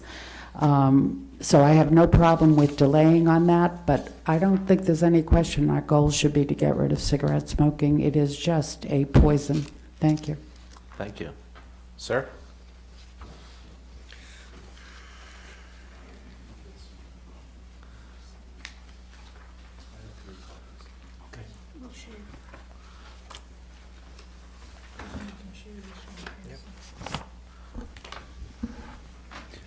My name is Jamin Patel, and we're opening a cigar store on 1298 Beacon Street. So we're in the process of doing that. So Massachusetts already has one of the highest tax rates on tobacco products in the country. This gives a lot of the border states in New Hampshire a lot of business from Massachusetts because a lot of residents go there to purchase these tobacco products. There's also a 30% excise tax on cigars, which is giving online retailers a huge advantage over brick and mortar stores in our state, because online retailers don't have to pay the taxes when the products are delivered to our state. Hence, every year it becomes more difficult to compete with online retailers to be in a tobacco-related business. Despite the high taxes, people that want to smoke continue doing so. There is an organic reduction in smoking due to educational awareness of the negative effects of smoking. Also, people are living more healthier lifestyles, and as a result have given up their smoking habits. These trends are already continuing, and we should focus on how to further the educational aspect of not smoking from an earlier age. Further, the proposal should focus on banning smoking amongst youth, rather than just banning the sale of tobacco, because then you're putting the burden on the small business owners, rather than the individual smokers. The same business owners who have to wear many hats trying to run a small business have to start checking IDs, where like a few years down the road, people can be in their 30s, 40s, and 50s, but you're still checking IDs just to make sure you're in checking, making sure it's legal. A study of smoking on college campuses published in April 2001 issue of the American Journal of Preventive Medicine found that smoke-free residences may help protect those students who are not regular smokers in high school from smoking in college. The study also found that smoking prevalence was significantly lower amongst residents of smoke-free housing, which was at 21%, as compared with residents of unrestricted housing, which was at 31%. So this clearly demonstrates that if adults in the house do not smoke, the likelihood that the kids will smoke is a lot less. Banning sale of tobacco in Brookline only will definitely frustrate the residents or visitors of this town, as well as wipe out or significantly, and will lead to a tobacco business going to other neighborhoods where there is no ban on tobacco. It will not lead to tobacco business disappearing. Also, the proposal does not address the smoking aspect amongst the youth. The ban, if passed, would not only mean a reduction in revenues for many of these small businesses, but also a wipeout or a significant reduction in equity. Many business owners work every day for years trying to build up businesses and maintain their sales. Many business owners work every day for years they do not have a company-funded 401k or health insurance that's provided by their employer. Rather, the value of their business is their retirement nest egg. By allowing the passage of this ban, you're taking away their nest egg, as their businesses would not be worth much in the future. I'm going to skip that paragraph. So if I truly believe that this proposal would be effective in curbing the youth from smoking, I would be in support. However, due to the close proximity of Brookline to neighboring towns, it will not have a significant reduction in smoking itself. Hence, the issue before is not about how bad smoking is for the smoker, other non-smokers, and the environment, nor is it about whether we want the youth population to not smoke. Rather, if a ban on sale of tobacco in Brookline only is the most effective strategy to tackle this issue. So please consider that. Thank you for your time. Thank you, sir. Yes, ma'am.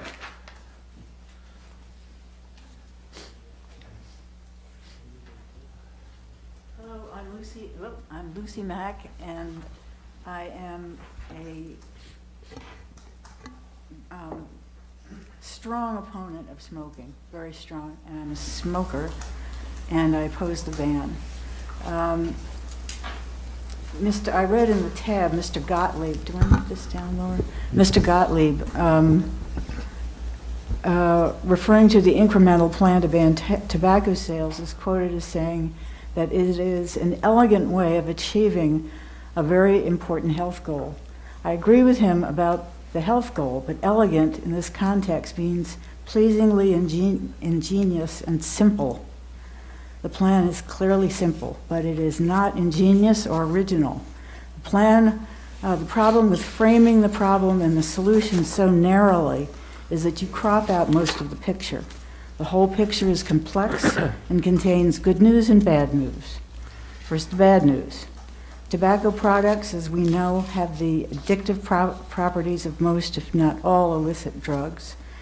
Drug prohibition promises a healthier society by denying people the opportunity to become users and possibly addicts. The reality of prohibition belies that promise. We have decades, even centuries, of evidence that it does not work. We have no evidence that it does. Bhutan is the only country to date that has banned the sale of tobacco products, but it has been compelled by the general public to backtrack somewhat. Tasmania, Singapore, and New Zealand, all islands, are considering an incremental plan like Dr. Ross's. Norway is also talking about it, so we shall see. Now, the good news.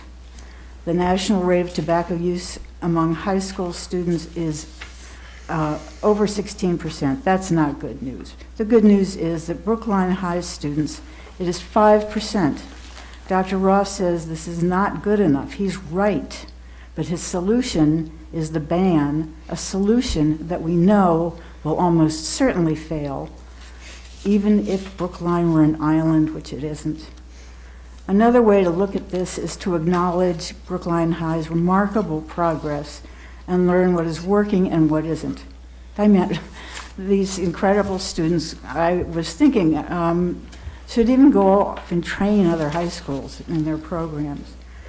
But judgment, the ability to curb impulses, to measure and assess risk and long-term consequences and make rational decisions, these don't suddenly appear at age 25 when the prefrontal cortex is fully developed.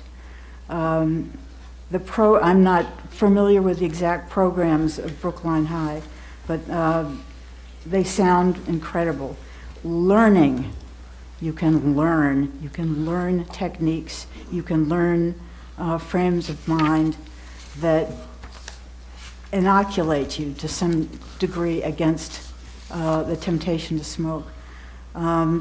Talking about cigarettes, families talking about them beginning at age 5 and 6. Setting up parents or the peer group at Brookline High or teachers, setting up what would you do scenarios in peer pressure situations, which are second only to parents and influence and become more important as kids age. I read a story about a high school junior talking about peer pressure, and he said, when it happens, it's like a spotlight is on you. It happens so fast, you don't know what to do. When you start learning how to do something, setting up these, what would you do scenarios? Give a situation or a setting. What is the dilemma you're in? What do you do? Imagine different possibilities. What are the consequences of each? You learn this over and over, not just in a smoking context, but in all kinds of contexts. This is a transferable skill, and you don't need to be 25 to be able to exercise it, to learn it and exercise it. It's terribly important to do that. The other things I would like to say, this is from the CDC. But can I just interrupt? Sure. I'll just remind you that the petitioner has taken the ban off the table, and the only thing on the table I'm talking about the increment. is a study committee to study the issue. We're only talking about a study group Well, tonight? that's, well, I thought we were talking about the incremental. We're talking, amendment. originally, what was proposed was a ban on tobacco Yes. sales. And then there's amendment. And there's an amendment. The proposal is to study the issue. So that's, So that's all I should be speaking to, is a study? If Well, you- let's study the issue. okay, thank you. I have one comment on that, which is the proposed makeup of that committee needs to be a little broader. Needs to be a little broader, Okay, thank you. involving more community. Anyone else wish to speak? Come on up. And one thing I've said at other public hearings, if someone else has already said what you're going to say, it's okay to say, I agree with so-and-so, and then make a different point. Yes, ma'am. Hi, my name is Lily Hong, and me and my family own the Brookline Village Convenience right here in Brookline Village. And me, myself, and my family grew up, I grew up here, lived here for many, many years, and I heard what everyone had to say today, so I'll try not to repeat anything. Thank you. I won't say, because you guys probably already know the devastating, how devastating it is to convenience stores and gas stations, pretty much hospitality businesses. I just want to say that, we all have, like right now, I feel like the general consensus is that we have a fear of, and that has led us into, really want to overprotect the kids, because what I've been hearing about this is really protecting kids, making sure that they're not smoking, making sure they're not easily getting their hands into getting tobacco from friends, from whatever. And I think that I want to mention that I think there is a freedom that we should be protecting, which is consumer choice. And there are certain things that government should be doing, and there are certain things that government shouldn't be doing, like banning everything that's bad for you. Because I believe in how the market works. If the demand there, the supply is always going to be there. And banning, like I said, banning everything that's bad for you. I know smoking is very bad. Cigarettes, tobacco, they're all very bad for you, but I can also think of other things that maybe have not had enough research or medical evidence into saying this is not directly leading to these diseases. But that does, just because the research or the evidence isn't there, doesn't mean these other carcinogens that we face, we smell it in the air, the products that we use, it doesn't mean that they don't harm you either. So what I'm saying is to look into how the government, when the government should step in and when they shouldn't, when it comes to personal freedom and when it comes to freedom to use products. So that's what I want to say. Thank you. Anyone else wish to speak? Sure, come on up.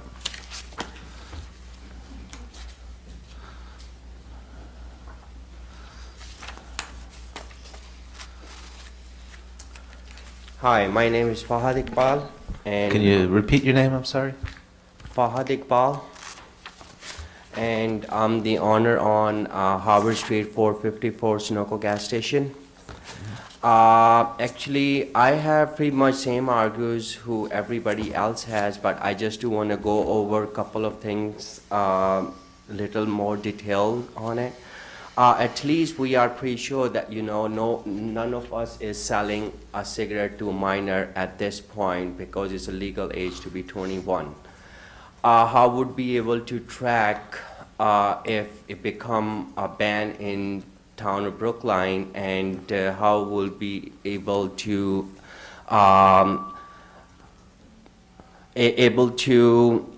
look at those street activities become more popular, and people the kids it's been more easier for them buying on the street instead of going back to the stores and buying there. And also down the road, the 5 years proposal was here, it's going to affect down the road into the equity on the business we have been built up all over the time. So that's the only couple of points you have. Thank you. Thank you. Anyone else wish to speak? Okay, so I'm going to close the public hearing. Any other comments from the board? So I'll just remind the petitioner to think about language. I'll be more than happy to pitch in. I just volunteered for something. You did. And you should also talk with Ms. Humphrey over there. And also, somehow bring in the various groups of the high school who are addressing this issue also. I'm not sure how that would work, but, let's not lose that energy and that knowledge and that commitment to the process. Okay, we're not voting on this tonight, obviously. We don't have a proposal to vote. So I'm going to move on to the next warrant article. So I'll just ask if you're leaving, just do so quietly so we can proceed. Thank you. Next item is Article 14, the earned sick leave. Ms. Connors and Dr. Vanderzeel.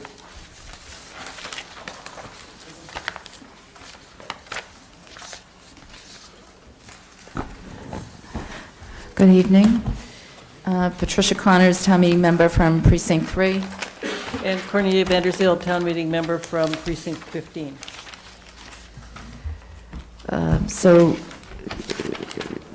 Dr. Vanderzeel and I brought this warrant article last November. It did not pass, and the town was expected to implement a plan of earned sick time for its employees. We're bringing it again this time for different reasons. I'll talk about the town side, and Dr. Vanderzeel will talk about the school side. We still have the opinion that the state law provides advantages that the town plan doesn't. And that is that up to 40 hours can be used for preventative care with the state law, whereas only 8 hours can be used for preventative care with the town plan. The employees can take hourly increments of sick time, whereas with the town plan, the employees can take generally half-day increments for sick time. The state law applies to both town and school employees. The town plan applies to just town employees. And with the state law, there are protections that are available for employees. With the town plan, there are no state protections, and these are in the way of enforcement. So I think my feeling was that these differences were still important, and then at the end of February, Dr. Vanderzeel and I received an anonymous letter from a part-time employee of the town of Brookline saying that the plan was supposed to have gone into effect as of October 1st, 2015, but that she didn't see any evidence of that plan. She hadn't received any pay stubs showing an accrual of sick time, and she said nor have employees been paid valid sick leave that they had requested. Yes, we don't know if it's a she. That's a good point, because it's an anonymous letter. So this raised some concerns, and we decided we wanted to give it another try, and we were concerned that the town did not seem to be implementing its plan in a timely manner, given that it was scheduled to go into effect as of October 1st, 2015. So from the perspective of the town, plan. That's why we're going forward with this warrant article again. So since then, we've actually been, just to go back to this town side, we've been told by Sandra DeBow that there's a problem with getting it on the pay stubs. And she had told us that everyone had been trained, all the department managers. But the letter, you have the letter in the warrant article, also says that people that tried to use sick time couldn't. And that, to me, is a much more telling problem. And it appears that supervisors have not been properly trained, so we wanted to be sure that this actually moved forward. And the school side had done nothing on this, so we wanted to be sure that the school side also made some effort on this. And indeed, they have come up with a plan that is pretty much word for word, with one major change from the town side. This is something they actually could have done long ago, because this has been available since September. The main issue on the school side, as I see it, is they want to exclude per diem substitutes. And we got a whole list of people who weren't covered by sick time, not people's names, but the positions that weren't covered by sick time. And there's a long, long list of them. The school committee now would like to, and the school department, I guess, I don't know who to say does what, but wants to include only long-term subs in this. And unfortunately, I went to their meeting and I didn't ask what made someone long-term. My guess is that it's consecutive days substituting for the same teacher, and it may be as much as 90 days, has to be at least 90 days, but I'm not sure about that. Anyway, so the per diem subs, what I would like to know from them is that they, if they are, how many days a year these people work. Because if you look at it, for every 30 hours you work, you should get an hour of sick time, which means to earn 8 hours, you have to work 240 hours, which is the equivalent, I don't know if it's a 6-hour day or what it is, but that's 40 days you have to be working. That's a lot of time to be working. And I know that per diem subs often work many consecutive jobs, maybe not every day of the week, but I think leaving that group out is not really fair. And it's not just teachers, it's aides, it's in BEEP, it's in a variety of other areas, cafeteria subs, that sort of thing. And that's why we want to bring this forward again. Okay. Any comments from the board? Could we hear from Mr. Selectman? Sure. Well, I'm surprised to hear about the suggestion that the town hasn't adopted or implemented the policy, because it has. The board duly approved that, and we put that into place. Now, it is true that there is a glitch in the payroll system which allows accruals to be done, but that would be the case for any, whether it's the state or the town, and we're trying to work through that. But I know for a fact that we have had training of all of our department heads and supervisors. We even had a meeting this morning where we talked about it again. I'm not aware that people don't know that they have sick leave, but we've made good efforts to communicate that, and we will continue to do that. I can't speak on the school side. Well, people had asked for, according to the letter, asked for sick time and were denied it according to what the letter says. Yeah. Now, maybe that's just one person, but we were then subsequently told that this would be retroactive for the town employees if they had been denied sick leave, so that they could. Well, it's hard to tell from the letter, and the person says, I'm a part-time employee of the town of Brookline, but they may be an employee of the school department. Well, then they aren't an employee of the town, are they? I think they would have said, well, then. No, but people sometimes think of themselves as an employee of the town, even though they may be an employee. I mean, the school department's a department within the town, so I'm saying it's possible that this person was a schools person. I don't know, but. Yeah, since we don't know, we should just assume that it's a town employee. Is our sick leave policy in the personnel section of the town website? I don't know the answer to that. I'll find out. And if it isn't, it should be, it seems to me.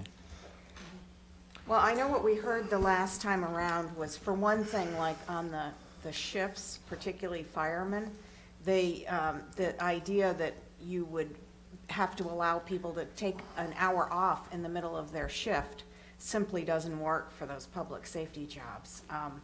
And so we have agreements as to sick time that we have negotiated over many years, and, you know, have, one of the concerns was that trying to adopt this sort of would throw our collective bargaining agreements into question. Or that section of the Yeah. collective bargaining. Well, the law actually deals specifically with that, so it says that if a person taking sick time, if to take that sick time, they have to hire someone. I think for the fire department, for instance, they work in 24-hour shifts, so you don't hire someone for an hour, you hire someone for 24 hours. And the law says if that's the case, then the person asking for sick time has to take the whole shift off as sick time. Can't just do it in an hour. So the law deals with that. Well, I think we do need to find out, make sure that we have implemented this on the town side. But I think what we offer was as good or better than the state law, and didn't have some of the complications getting into the state law. We can't mandate the schools do No, I know- anything. You I guys, know it, you but- guys but can keep your I'm- pressure on the schools. I'm but- just telling you, that's part of the reason we're back as well, because of that.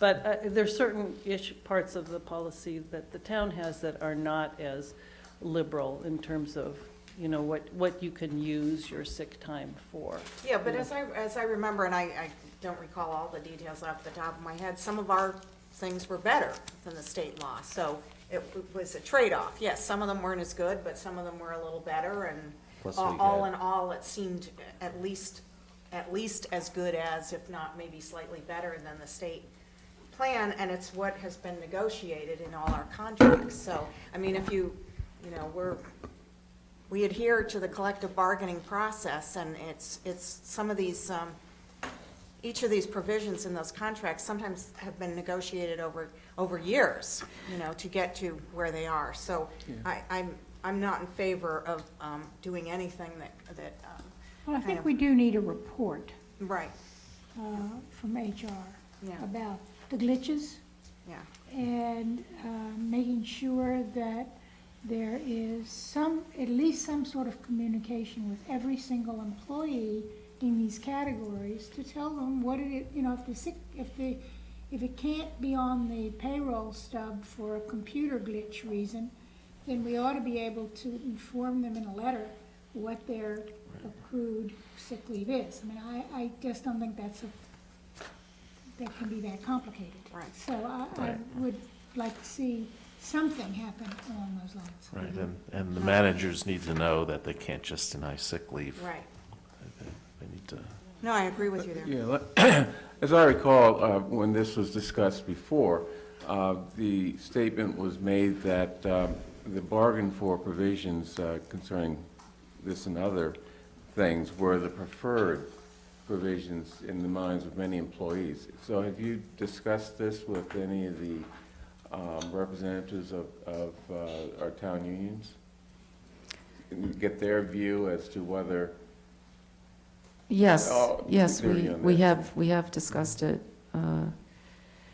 I think a clear benefit of the state law is that if the employee, such as this particular employee, had a concern, she could go to the Attorney General's office and file a complaint and have that third party look at what happened and say whether she should be compensated.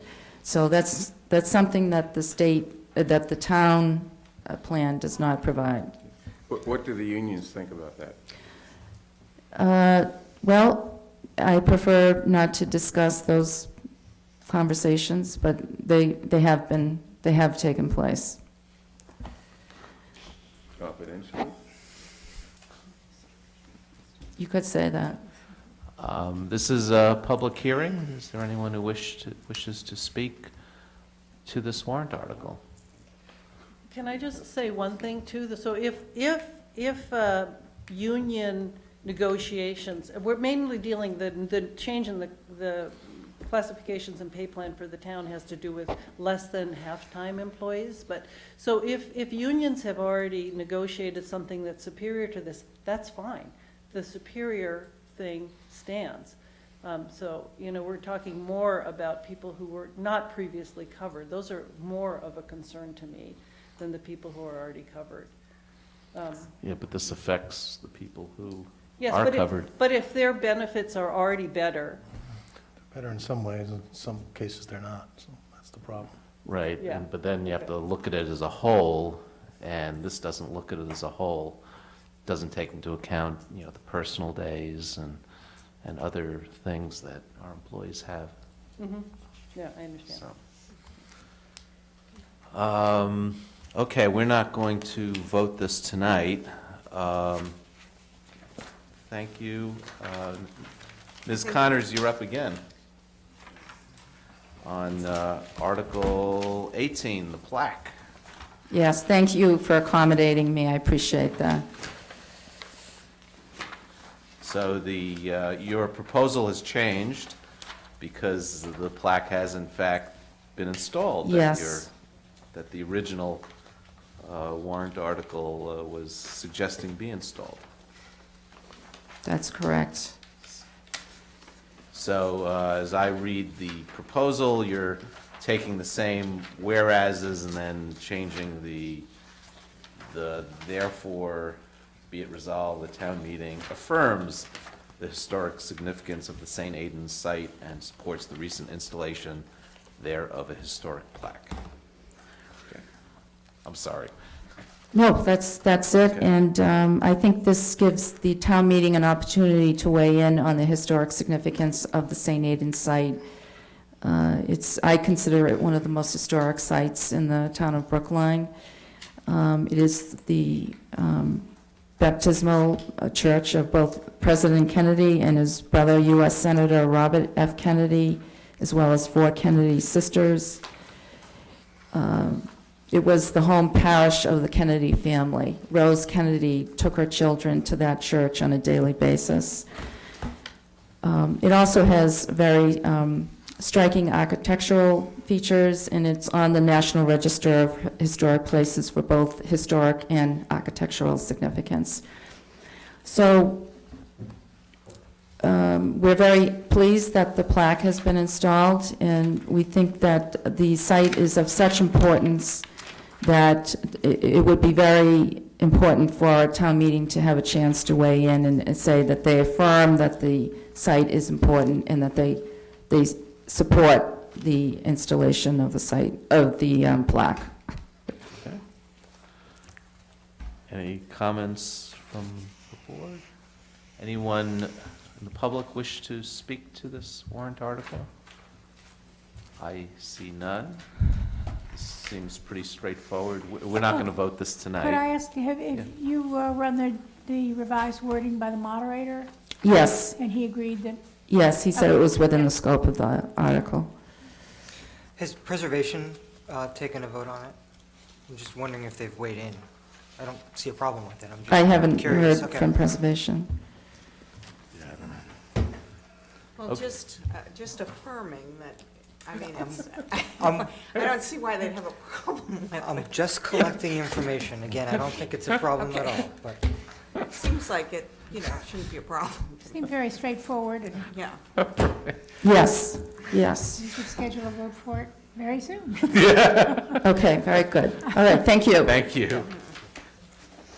I think that'll be one of the easier warrant articles. Okay, moving on to licensing hearings. We're running about 30 minutes behind, so I apologize for that. The first item is the question of approving the application of Hersha Hospitality Management LP, doing business as Courtyard by Marriott, Brookline, holder of an all-kinds alcoholic beverages license, as an inn holder at 40 Webster Street, for a change in manager from Sharad Chand to Letitia Tucker.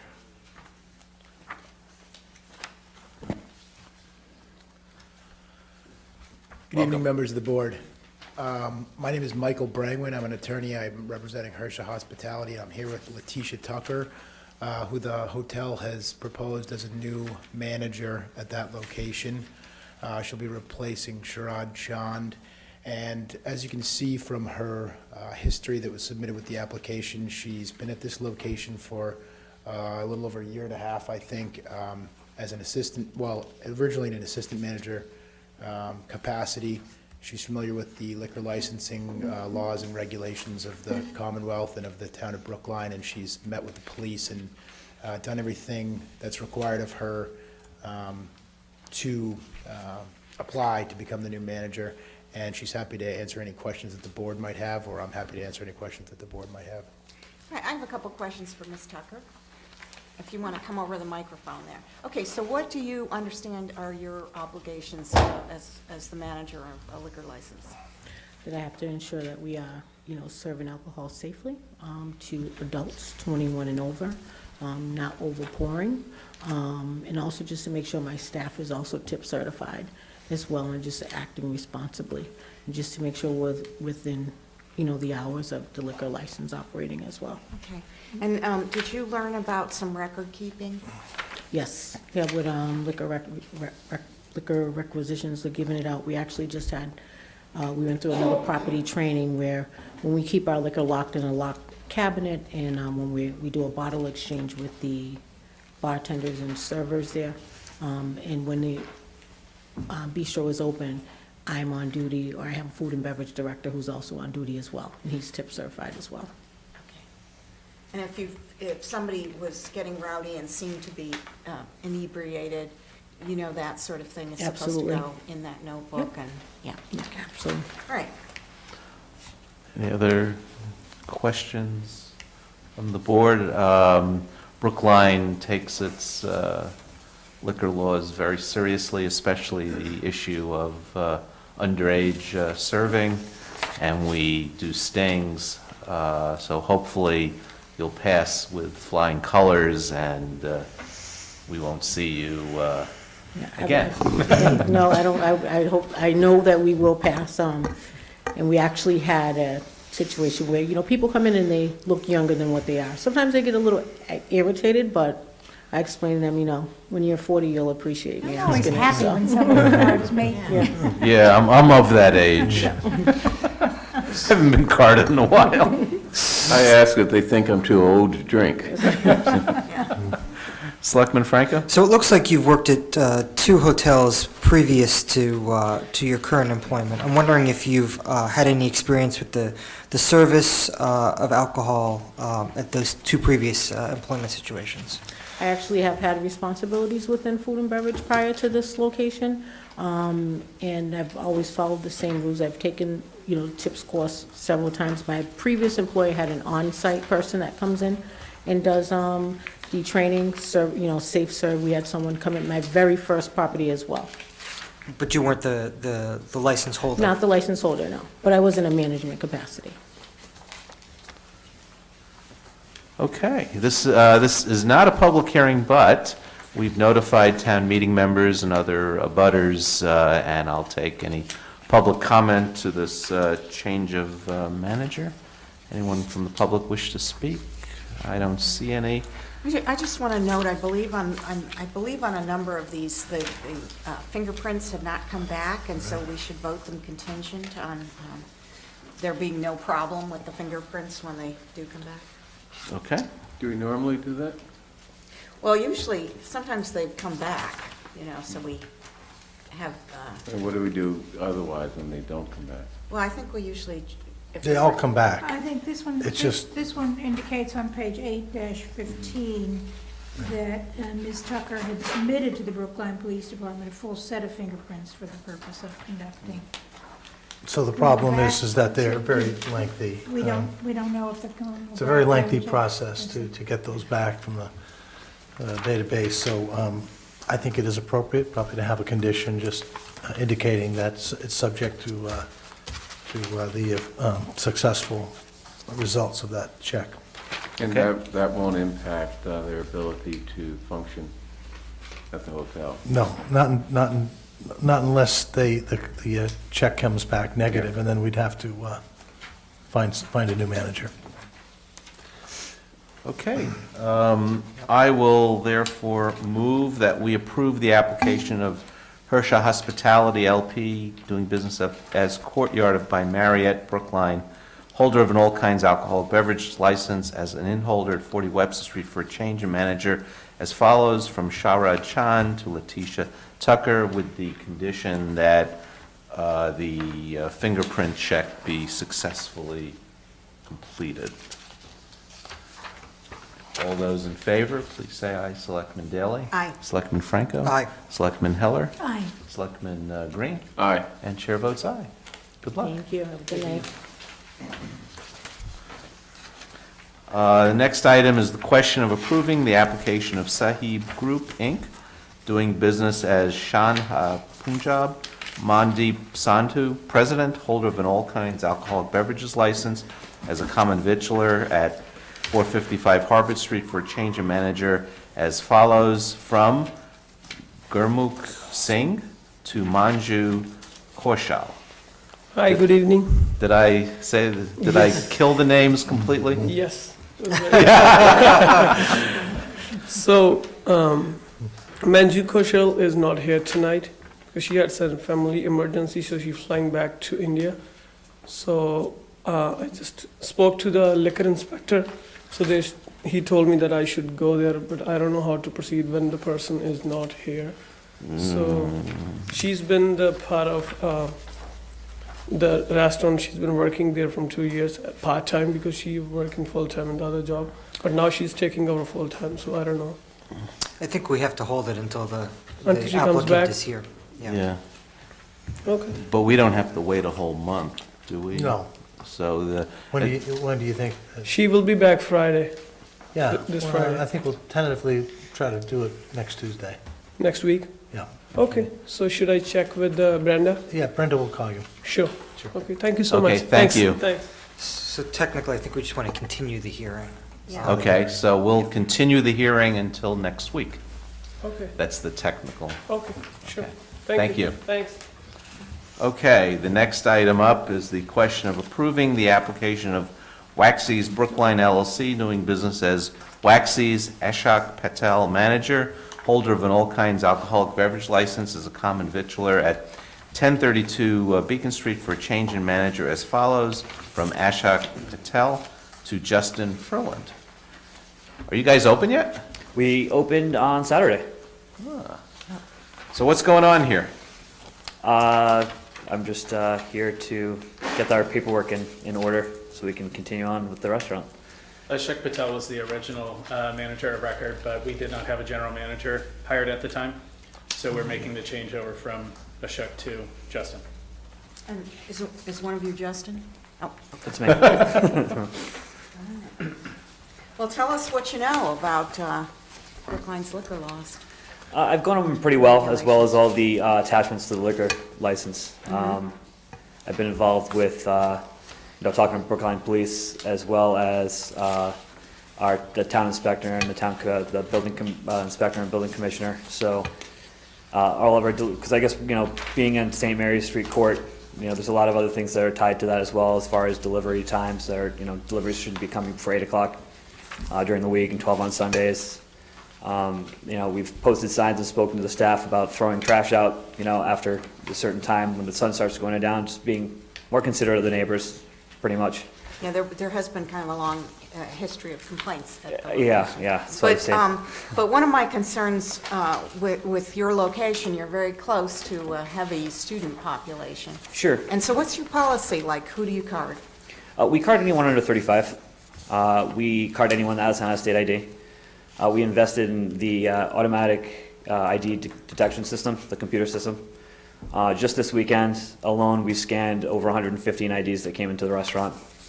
How many of them was fake? None of them actually came out fake. So, my past experience, I was a manager for the Barking Crab in Newport, Rhode Island, so it's a very similar demographic in that Newport has the Navy base as well as having Salve Regina University. So I'm well versed on having to deal with the possibility of underage drinkers, as well as people that might get too rowdy. and I've had my share of dealing with some of the Navy officers coming in and having to, smooth things over before anything got out of hand. Did you do the crowd manager training? I have. Did you hold that license in Newport, or were you just a manager at the restaurant? I was just a manager at the restaurant. And what about at this previous employment you had, the Cuban Revolution? Again, my main responsibility, I was an assistant manager. My main responsibility with them was the bar, but I was not the manager on record, so to speak. That was just the owner.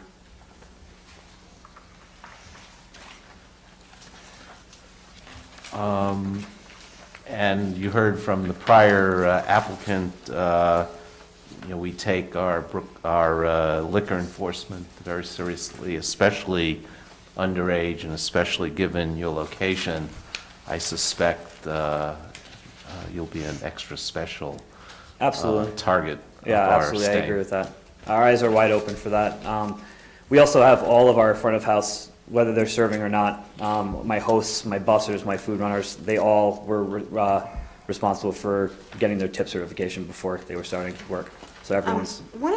Are you still having the outdoor thing there in the front? Yep, we do have the patio. Patio is closed, everyone's cleared off and everything by 11 o'clock. Okay, but you also have to make sure that the drinks don't drift over the side. Yeah, I have. Handing it out to friends or something like that. Absolutely. Yeah. Absolutely. Okay. Just a perfect example this weekend, we had a manager that was out specifically just on the patio for the Marathon Monday weekend, just to make sure that wouldn't happen. Is there anyone from the public who wishes to speak on this change of manager? I see none. Again, I think we have to condition the Yes. vote on the fingerprints coming back. It says it hasn't come back yet. Right. I should just be clear, our condition isn't intending to wait on that. Right. It's just that if it comes back and it's negative, it would be rescinded. Right. But that'd be the case anyway, right? Well, you could say that the change in manager could be deferred until such time. I think that would be unreasonable, given some of the delays that are out of our control. This is also subject to approval by the ABCC, which if it came back poorly, he would not be approved by the ABCC. This is definitely belt and suspenders, but it makes sure everybody's clear on what's Right. going on. So. Okay, so I will move that we approve the application of Waxy's Brookline LLC, doing business as Waxy's Ashok Patak, manager, holder of an all kinds alcoholic beverage license as a common victualler, 1032 Beacon Street, for a change in manager as follows: from Ashok Patel to Justin Furland, conditioned upon the successful completion of the fingerprint check. All those in favor, please say aye. Selectman Daley? Aye. Selectman Franco? Aye. Selectman Heller? Aye. Selectman Green? Aye. And chair votes aye. Good luck. Thank you. The next item, and I believe this is the last of our licensing items, is the question of approving the application of Union Square Companies LLC, doing business as Union Square Donuts, Joshua Danoff, manager for a common victualler license at 409 Harvard Street. And then there's an entertainment license also attached to this to include tape music. Yes, Mr. Barnowski. Thank you, Mr. Chairman, members of the board, Mr. Town Administrator, Adam Barnowski with the law office of Robert Allen, 300 Washington Street in Brookline Village. I'm here on behalf of Union Square Companies LLC, and with me is one of the owner-operators, Josh Danoff. We do come before the board for an application for a CV license and entertainment license at 409 Harvard Street. This is located at the corner of Harvard and Naples, about halfway in between Beacon Street and Com Ave. It's currently the location of Wolf's Fish, which will be there until, we believe, about mid-May, and then they're relocating to the Seaport. That business has been on site since the mid-1920s, and we can only hope that this business will be so long-standing. But a bit about the company, and Josh can get into some of the intricacies in a moment, but they're originally out of Somerville. They have locations in the Boston Public Market and in Cambridge, and a few smaller locations in some other places in the greater Boston area. This will be their first location in Brookline. It'll be their largest location to date. They're putting a significant amount of time and money into this space. They're modernizing the facility, and they're going to make it consistent with their other operations. It's a contemporary donut shop with a very quality and strong coffee program. Their company has been featured in the Boston Globe, Food Network, the New York Times, Boston Magazine, Huffington Post, and the list goes on and on. I know that I'm very excited to see them come to Brookline. I know they're very excited to come here. But very briefly, what they're looking to do is they're looking to have a CV license. I don't believe there's currently a CV license at Wolf's Fish, so they want to have 13 seats. It'll be open 7 days a week from 7 a.m. to 8 p.m. They're going to have a full renovation of the space, including the addition of... work to get rid of that fish smell. Had plenty of conversations with our contractor. It's many generations of fish there, yeah. They are having a full renovation of the space. They're going to include the addition of a new handicap accessible bathroom. They are here today for an entertainment license, but it's just going to be for taped music during the times when the operation is open. We're not coming before you at the moment with alcohol or live music or outside seating. It's a relatively straightforward request. I would like to turn it over to Josh for a moment just to tell you a little bit more about the company. Okay. Welcome. Hi, my name is Josh Danoff. I'm one of the owners of Union Square Donuts. We started in February of 2013 in there was a shared use commercial kitchen in Union Square in Somerville, and we only operated there for a little while. The front part was zoned for retail, and we quickly outgrew that in the greatest possible way. We underestimated how ready the people of the Boston area were for some gourmet donuts. And then we moved up the street a little bit. We subletted a cafe. We were there in the morning, and then they opened at night. And then about a year and a half ago, we opened our current location at 20 Bow Street in Union Square, and it was another a full build out. So we've been there for a bit. As Adam pointed out, we have a stall in the Boston Public Market that's been operating for about 7 or 8 months now. And then we also participate in some local farmers markets, as well as a few satellite locations. Before Union Square Donuts, I started a business with my brother and sister called Culinary Cruisers, and we built a bike, a trike, and had a cold storage unit put on it, and we sold kombucha, which is a fermented tea drink, at farmers markets around town, and then started producing fresh fruit popsicles. So we were doing that for a little bit, and then while we were in this, we were still operating out of the commercial kitchen. We decided to venture into the world of donuts. So I read about the Boston cream donut, but what else have you got? Our two probably most popular donuts are brown butter hazelnut crunch and maple bacon. Maple bacon. Yeah, it's basically like a pancake breakfast that you don't need a knife and fork for. And with the maple syrup, we work with a small husband and wife up in Vermont. They have a small sugar shack. We get all of our maple syrup from them.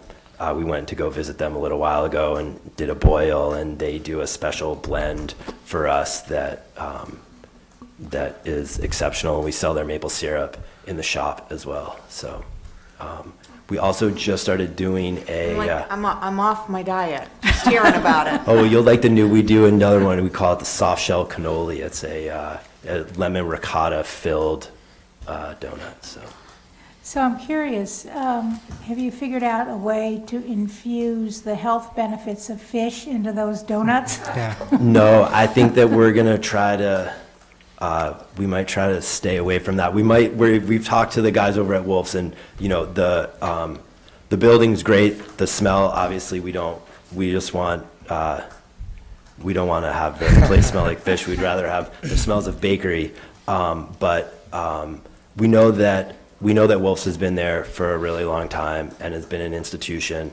I had a really good conversation with Mike, one of the current owner, and just kind of said to him, there's some things in the place that we would just love to just kind of keep in there, whether there's this wolf sign in the back, whether we could keep that up, just as kind of a little nod to the place that was there before. And, one of the things that with our Union Square location specifically is it's really a neighborhood.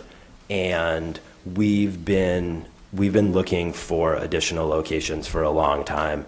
And when we found out about this place, part of what really appealed to us was the similarities between Brookline and Union Square, and just where we are there on Harvard Street. It's just a community, and we love being in Union Square, and are really looking forward to being in Brookline. There's a very popular bagel shop nearby. Do you see your business as bringing in new customers, or do you think you'll be competing with the existing customer base that they are using? Just a question. Yeah, you know what? I think that it's a combination of both. I think overall, though, we're going to be bringing in more people, and I think that we get calls all the time asking if we have bagels, which we don't. But I think that, I'll go over there and when I'm not eating donuts, I'm eating bagels. So they definitely have a customer. How do you stay so thin? I don't ever stop working, and I have a 2-year-old. So I'm on the move. And I have, I don't only eat donuts. I should hope not.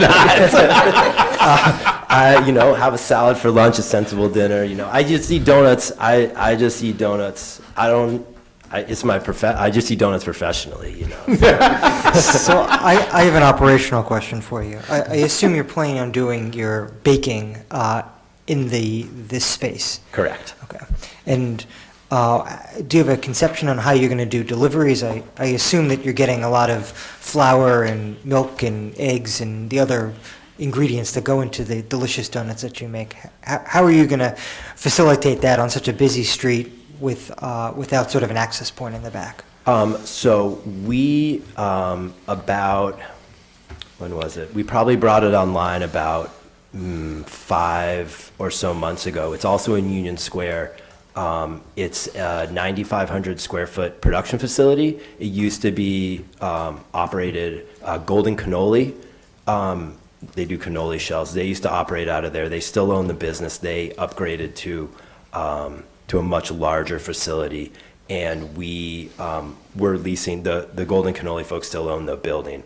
We're leasing it from them, and what we're doing there is we're centralizing all of our production. So all of the dough gets produced there, all of the glazes get produced there. So whereas, that place in that production facility gets all those trucks that you're talking about. They're dropping off all the flour, they're dropping off everything there. What we'll do is then we'll just transport the dough over to the shop here in Brookline, and then we'll just be frying the donuts on site and glazing them on site. But there won't be that heavy production that we have at the facility. And is it going to be one box truck delivery a day, or are you anticipating the need to have more than one delivery of the dough? So for us, we currently have 2 vehicles. We have a Sprinter van, and we also have a smaller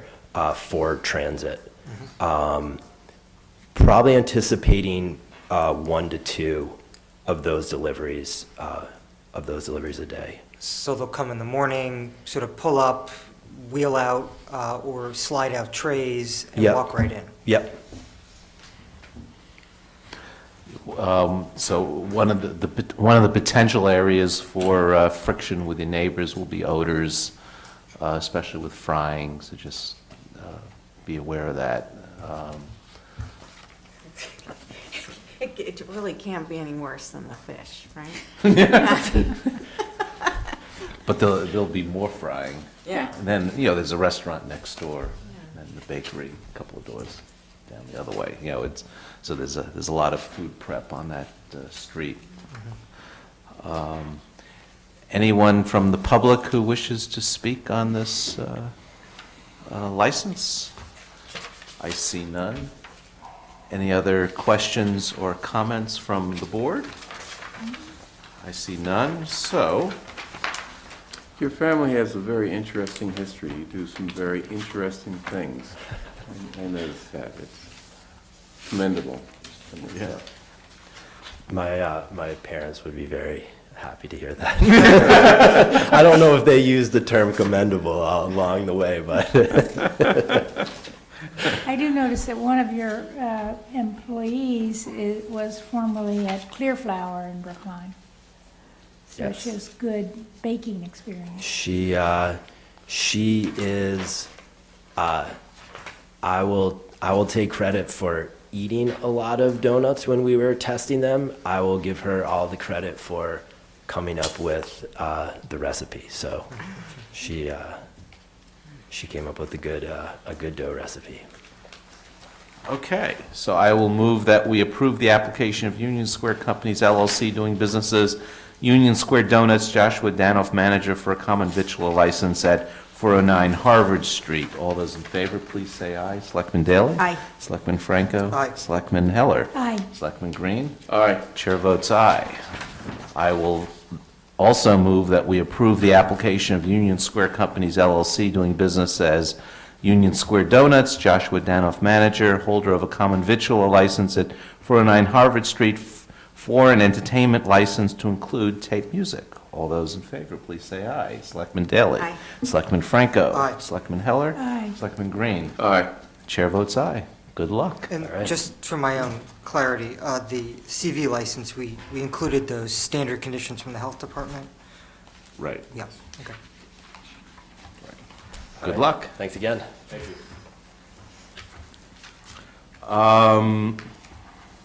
Moving on to some warrant article votes. On the calendar are a number of warrant articles. The first is the Article 2, the collective bargaining warrant article, and there are no collective bargaining agreements at this time.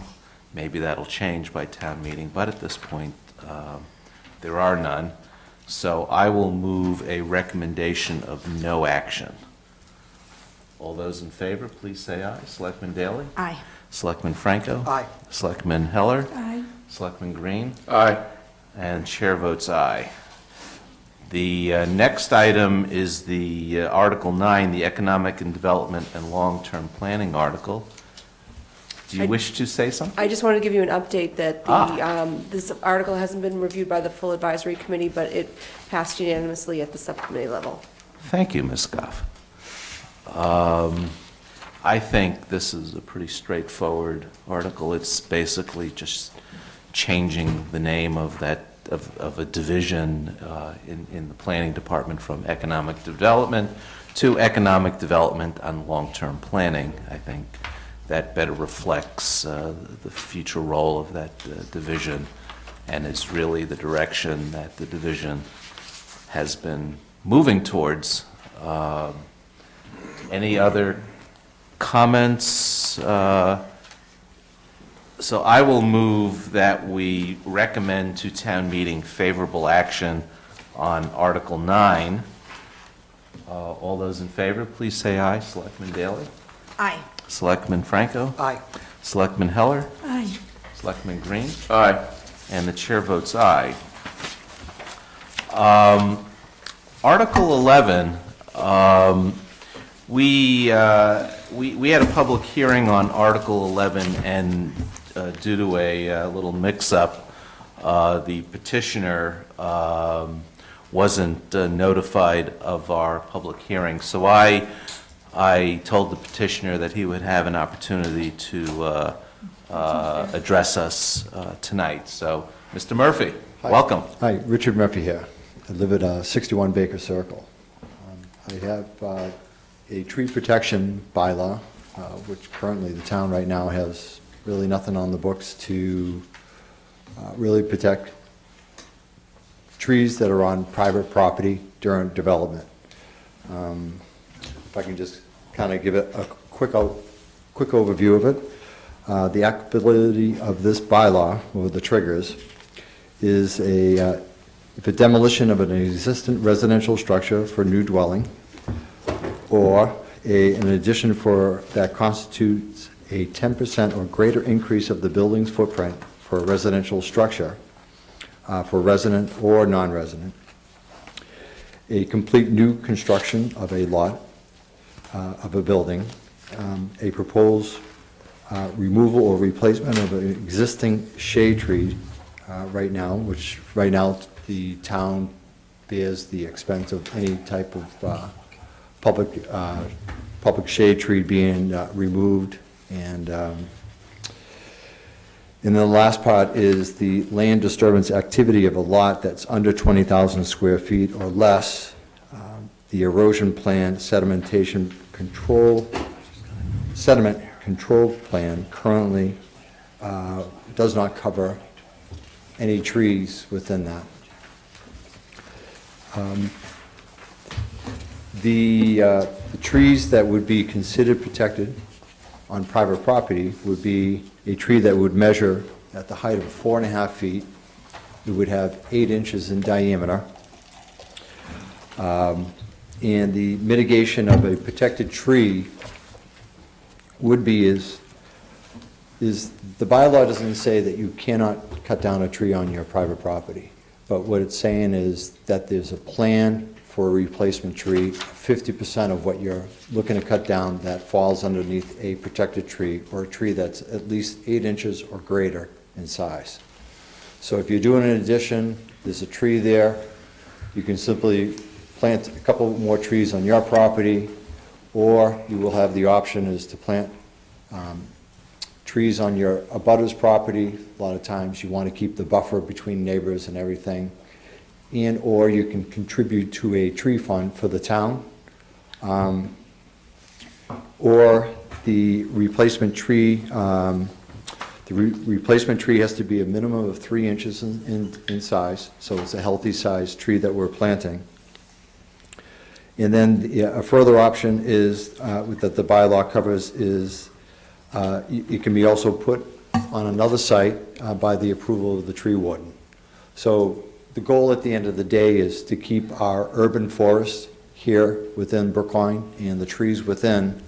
And right now, a developer comes in, he'll clear lot, and the idea of having to put up trees and everything is probably an afterthought and not so much part of the building plan.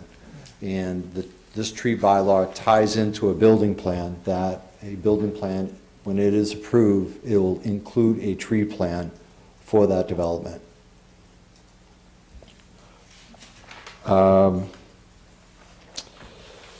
Yeah, I got a small example just for viewing purposes, if I may. Sure. Sure. Okay. Down in South Brookline, there's a street called Intervale Road. Pardon my spelling. Oh, yeah, you're gonna have to just give us the things, then you have to be at the microphone. Okay. The shot that you see is from on Google Maps, so it kind of shows what the lot looked like 2-3 years ago. And then if you look at the second page, you'll see the present day of what 26 Intervale Road looks like now.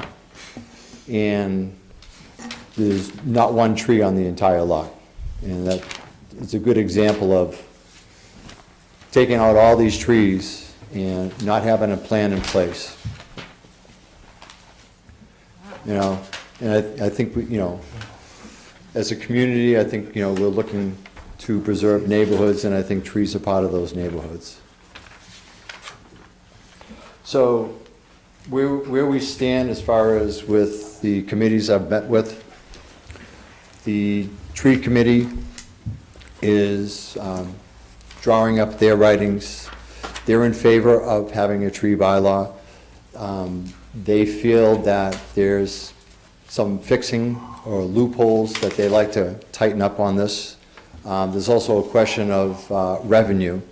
I think this bylaw generates revenue, but this bylaw was actually written in 2002, 2003. We added the erosion and sedimentation bylaw into this, which so it's a very small adjustment. But the fees and the penalties that are written into this bylaw are 15 years behind. So there's some loopholes as far as a look back. For example, if a developer wants to come in, he wants to clear a lot before he even actually buys the property. There's some additional things that the tree committee feels that they would like to be able to work on this to make it better, and with the idea of reintroducing it for the, probably the fall town meeting. Has advisory considered this yet? The subcommittee? Subcommittee tabled it to hear what the full advisory would say, and they didn't make a recommendation? They made a recommendation for the zoning board to look at it, and I got a meeting with them tomorrow night. Zoning bylaw committee. Zoning bylaw, excuse me. Okay. That's my committee. Okay. I think as a bylaw is the way to go with this, but, I'm hoping for anything that's in the end is going to have a tree plan, within the town, The conservation is looking to endorse what the tree committee makes a final statement or official statement, which I have a meeting with them on May 9th, and I'm meeting with the conservation right afterwards, which will be a brief meeting where they will endorse what the tree committee comes out with. So is the idea maybe that we would refer this proposed bylaw to the tree planting committee? They're actually willing to work on it? Is that what they said? Yes, I think both I met with Hugh and with Elizabeth tonight. I would probably not want to make anything official as far as what the position is. Yeah, I wonder, I would be in favor of a referral for further study. I don't know what the right body is. Yeah, I think we have to see if they're willing to take it on. Yeah, let me mention to you at this point that the Selectmen's Climate Action Committee, which I am co-chair, wants to have a public hearing on this bylaw as well on May 16th, which is a Monday, and that would be on our May meeting. Okay. So I hope you'll be able to come to that, and there may be people there with good suggestions and people who are familiar with trees as a climate issue as well. So, Okay. You may get more suggestions there. I don't know how to weigh in on the issue of which committee should be the Selectman one. Daley. I'm actually in favor of some protection for trees. I do have one problem with this. You've put in the proposed removal and replacement of existing public shade trees by the town or their agents or contractors. And we have a certain set budget for how many trees we can plant a year. What bothers me about this is it doesn't say, it doesn't have, if trees are diseased and creating a public hazard, the town needs to be able to take them down even if we've already planted our allotment of trees for the year. Right. So, I think that diseased trees that are a hazard should be an exception for the town, certainly. The Chapter 87 covers the public shade trees as far as an emergency or disease or something that would need to be removed. What's in the bylaw is saying that if you get a request from a resident or an applicant, that they actually would bear the cost of taking that tree down, where right now the town has to bring in their own tree cutting and to take down a tree. That's all that was covered. It would be minimum circumstances versus replacing trees because they're diseased or it's an emergency situation. I think for, We seem to be missing some of the sections from there. So I I'm have not finding what some- you're referring to, but, Oh, okay. I have but co- I think that somebody needs to take a look at it. I know what Mr. Madison was concerned about was this might encourage people to just go clear cut the lot before they applied for any kind of demolition permit or anything, try to circumvent it that way. So I do think that it does need to be worked on a little bit, but I applaud your efforts, and I'm a tree lover. Good. I think further study is a great idea. One of the concerns that I raised last week, and I apologize that you weren't here to hear it when I first raised it, was the framework that's being set up here is a little bit complex, and I pontificated, and I think there was some general agreement by Mr. Madison that there might be a way to incorporate the goals of this article into existing town structure. So you're not setting up a whole other regulatory scheme. So that would be something that I would hope that the study committee, whichever committee it may be, takes a look at. But I think the goal here is a noble one. Yeah. It definitely is. We had a situation in my neighborhood. A developer was bought a house, an old property, a historic house really, and to put in a 40B. And before he made the application, he went, and the neighbors had absolutely no notice, cut down huge numbers of very lovely old trees. And it was pretty horrifying to the neighborhood. So I gather that this article would attempt to deal with that, but I think that's an important thing to deal with. It's as if, you have to really ask permission, basically. You have to have an application to take down a tree that, Right. otherwise. That's where we were people trying to can- tie it to the building plan. Right now, Well, the the problem erosion- with that is if they haven't filed the building plan, and then they go ahead and rip down the trees first. So you have to have some protection at the very beginning of the process. When he's thinking about making a building plan but hasn't made any application, and I know of another example in the Washington Square area of somebody who's just ripped down a bunch of trees in a lot in order to expand the house, but he's worried that, Yep. it won't get approved once he files a plan. So, anyway. Well, at the end of the day, like I said, the tree bylaw is not telling anyone they can take down a tree.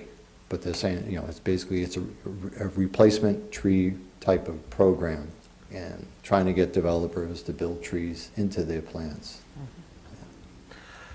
I don't think we're ready for a vote tonight. No, and I actually am thinking that, it may be a moderators committee with representation from the tree planning committee, and perhaps Mr. Brady's input, and somebody from the conservation commission, and whatever. It might be a kind of group of people coming together to work on it in a moderators committee or something like that. One of the things that Mr. Murphy, I think rightfully raised before, was that this was an article that's come before town meeting before. And I believe there was a selectmen's committee that took a look at it.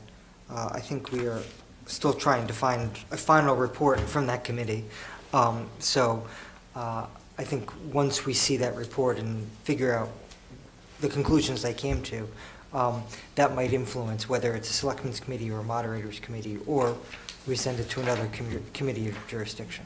There was a moderators committee, there was a thing in our places. But it appears that was just an interim Okay. thing, and there was more action to be taken later. Yep. So The we'll final try to track line that there, down. said the committee is hoping to have a recommendation by spring of 2002. This was just sort of the update on what they had done between town meetings. So 14 years have elapsed. Just yesterday. Thank you, Mr. Murphy. We're not going to vote tonight. Okay. I'm glad that you were able to Thank you for tell us. hearing me. Yeah, you're welcome. Thank you. Please put May 16th on your calendar. Yeah, and Well, I will. and tomorrow Thank you. 6 night. o'clock He's here on the in next room one. 101. No, That's a different person. Oh, And that was actually the confusion. oh, okay. Thank you, Mr. Murphy. The other Mr. Murphy has told us that he's not going to be moving Article 12. I thought Article 12 was a stretch to be changing all the side yard setbacks for all the single-family zones without really studying it. It would lead to a tremendous number of non-conforming. Yeah. Right. So I think Mr. Murphy, He doesn't want to go for a study? no. Okay. So I'm going to move a recommendation of no action. All those in favor? On the, this is on the On side yard. 12. Yeah, okay. All those in favor, please say aye. Selectman Daley? Aye. Selectman Franco? Aye. Selectman Allen? Aye. Selectman Green? Aye. And the chair votes aye. And the last article before us tonight, sorry, Mr. Fry, is the timely notice for major impact projects. We heard this one last week. I think this one is pretty straightforward. So does the planning board. Has advisory heard it?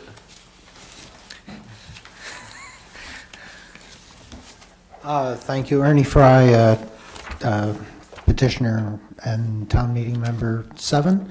Yes, the advisory committee has heard it, and the subcommittee, and both bodies voted unanimous support.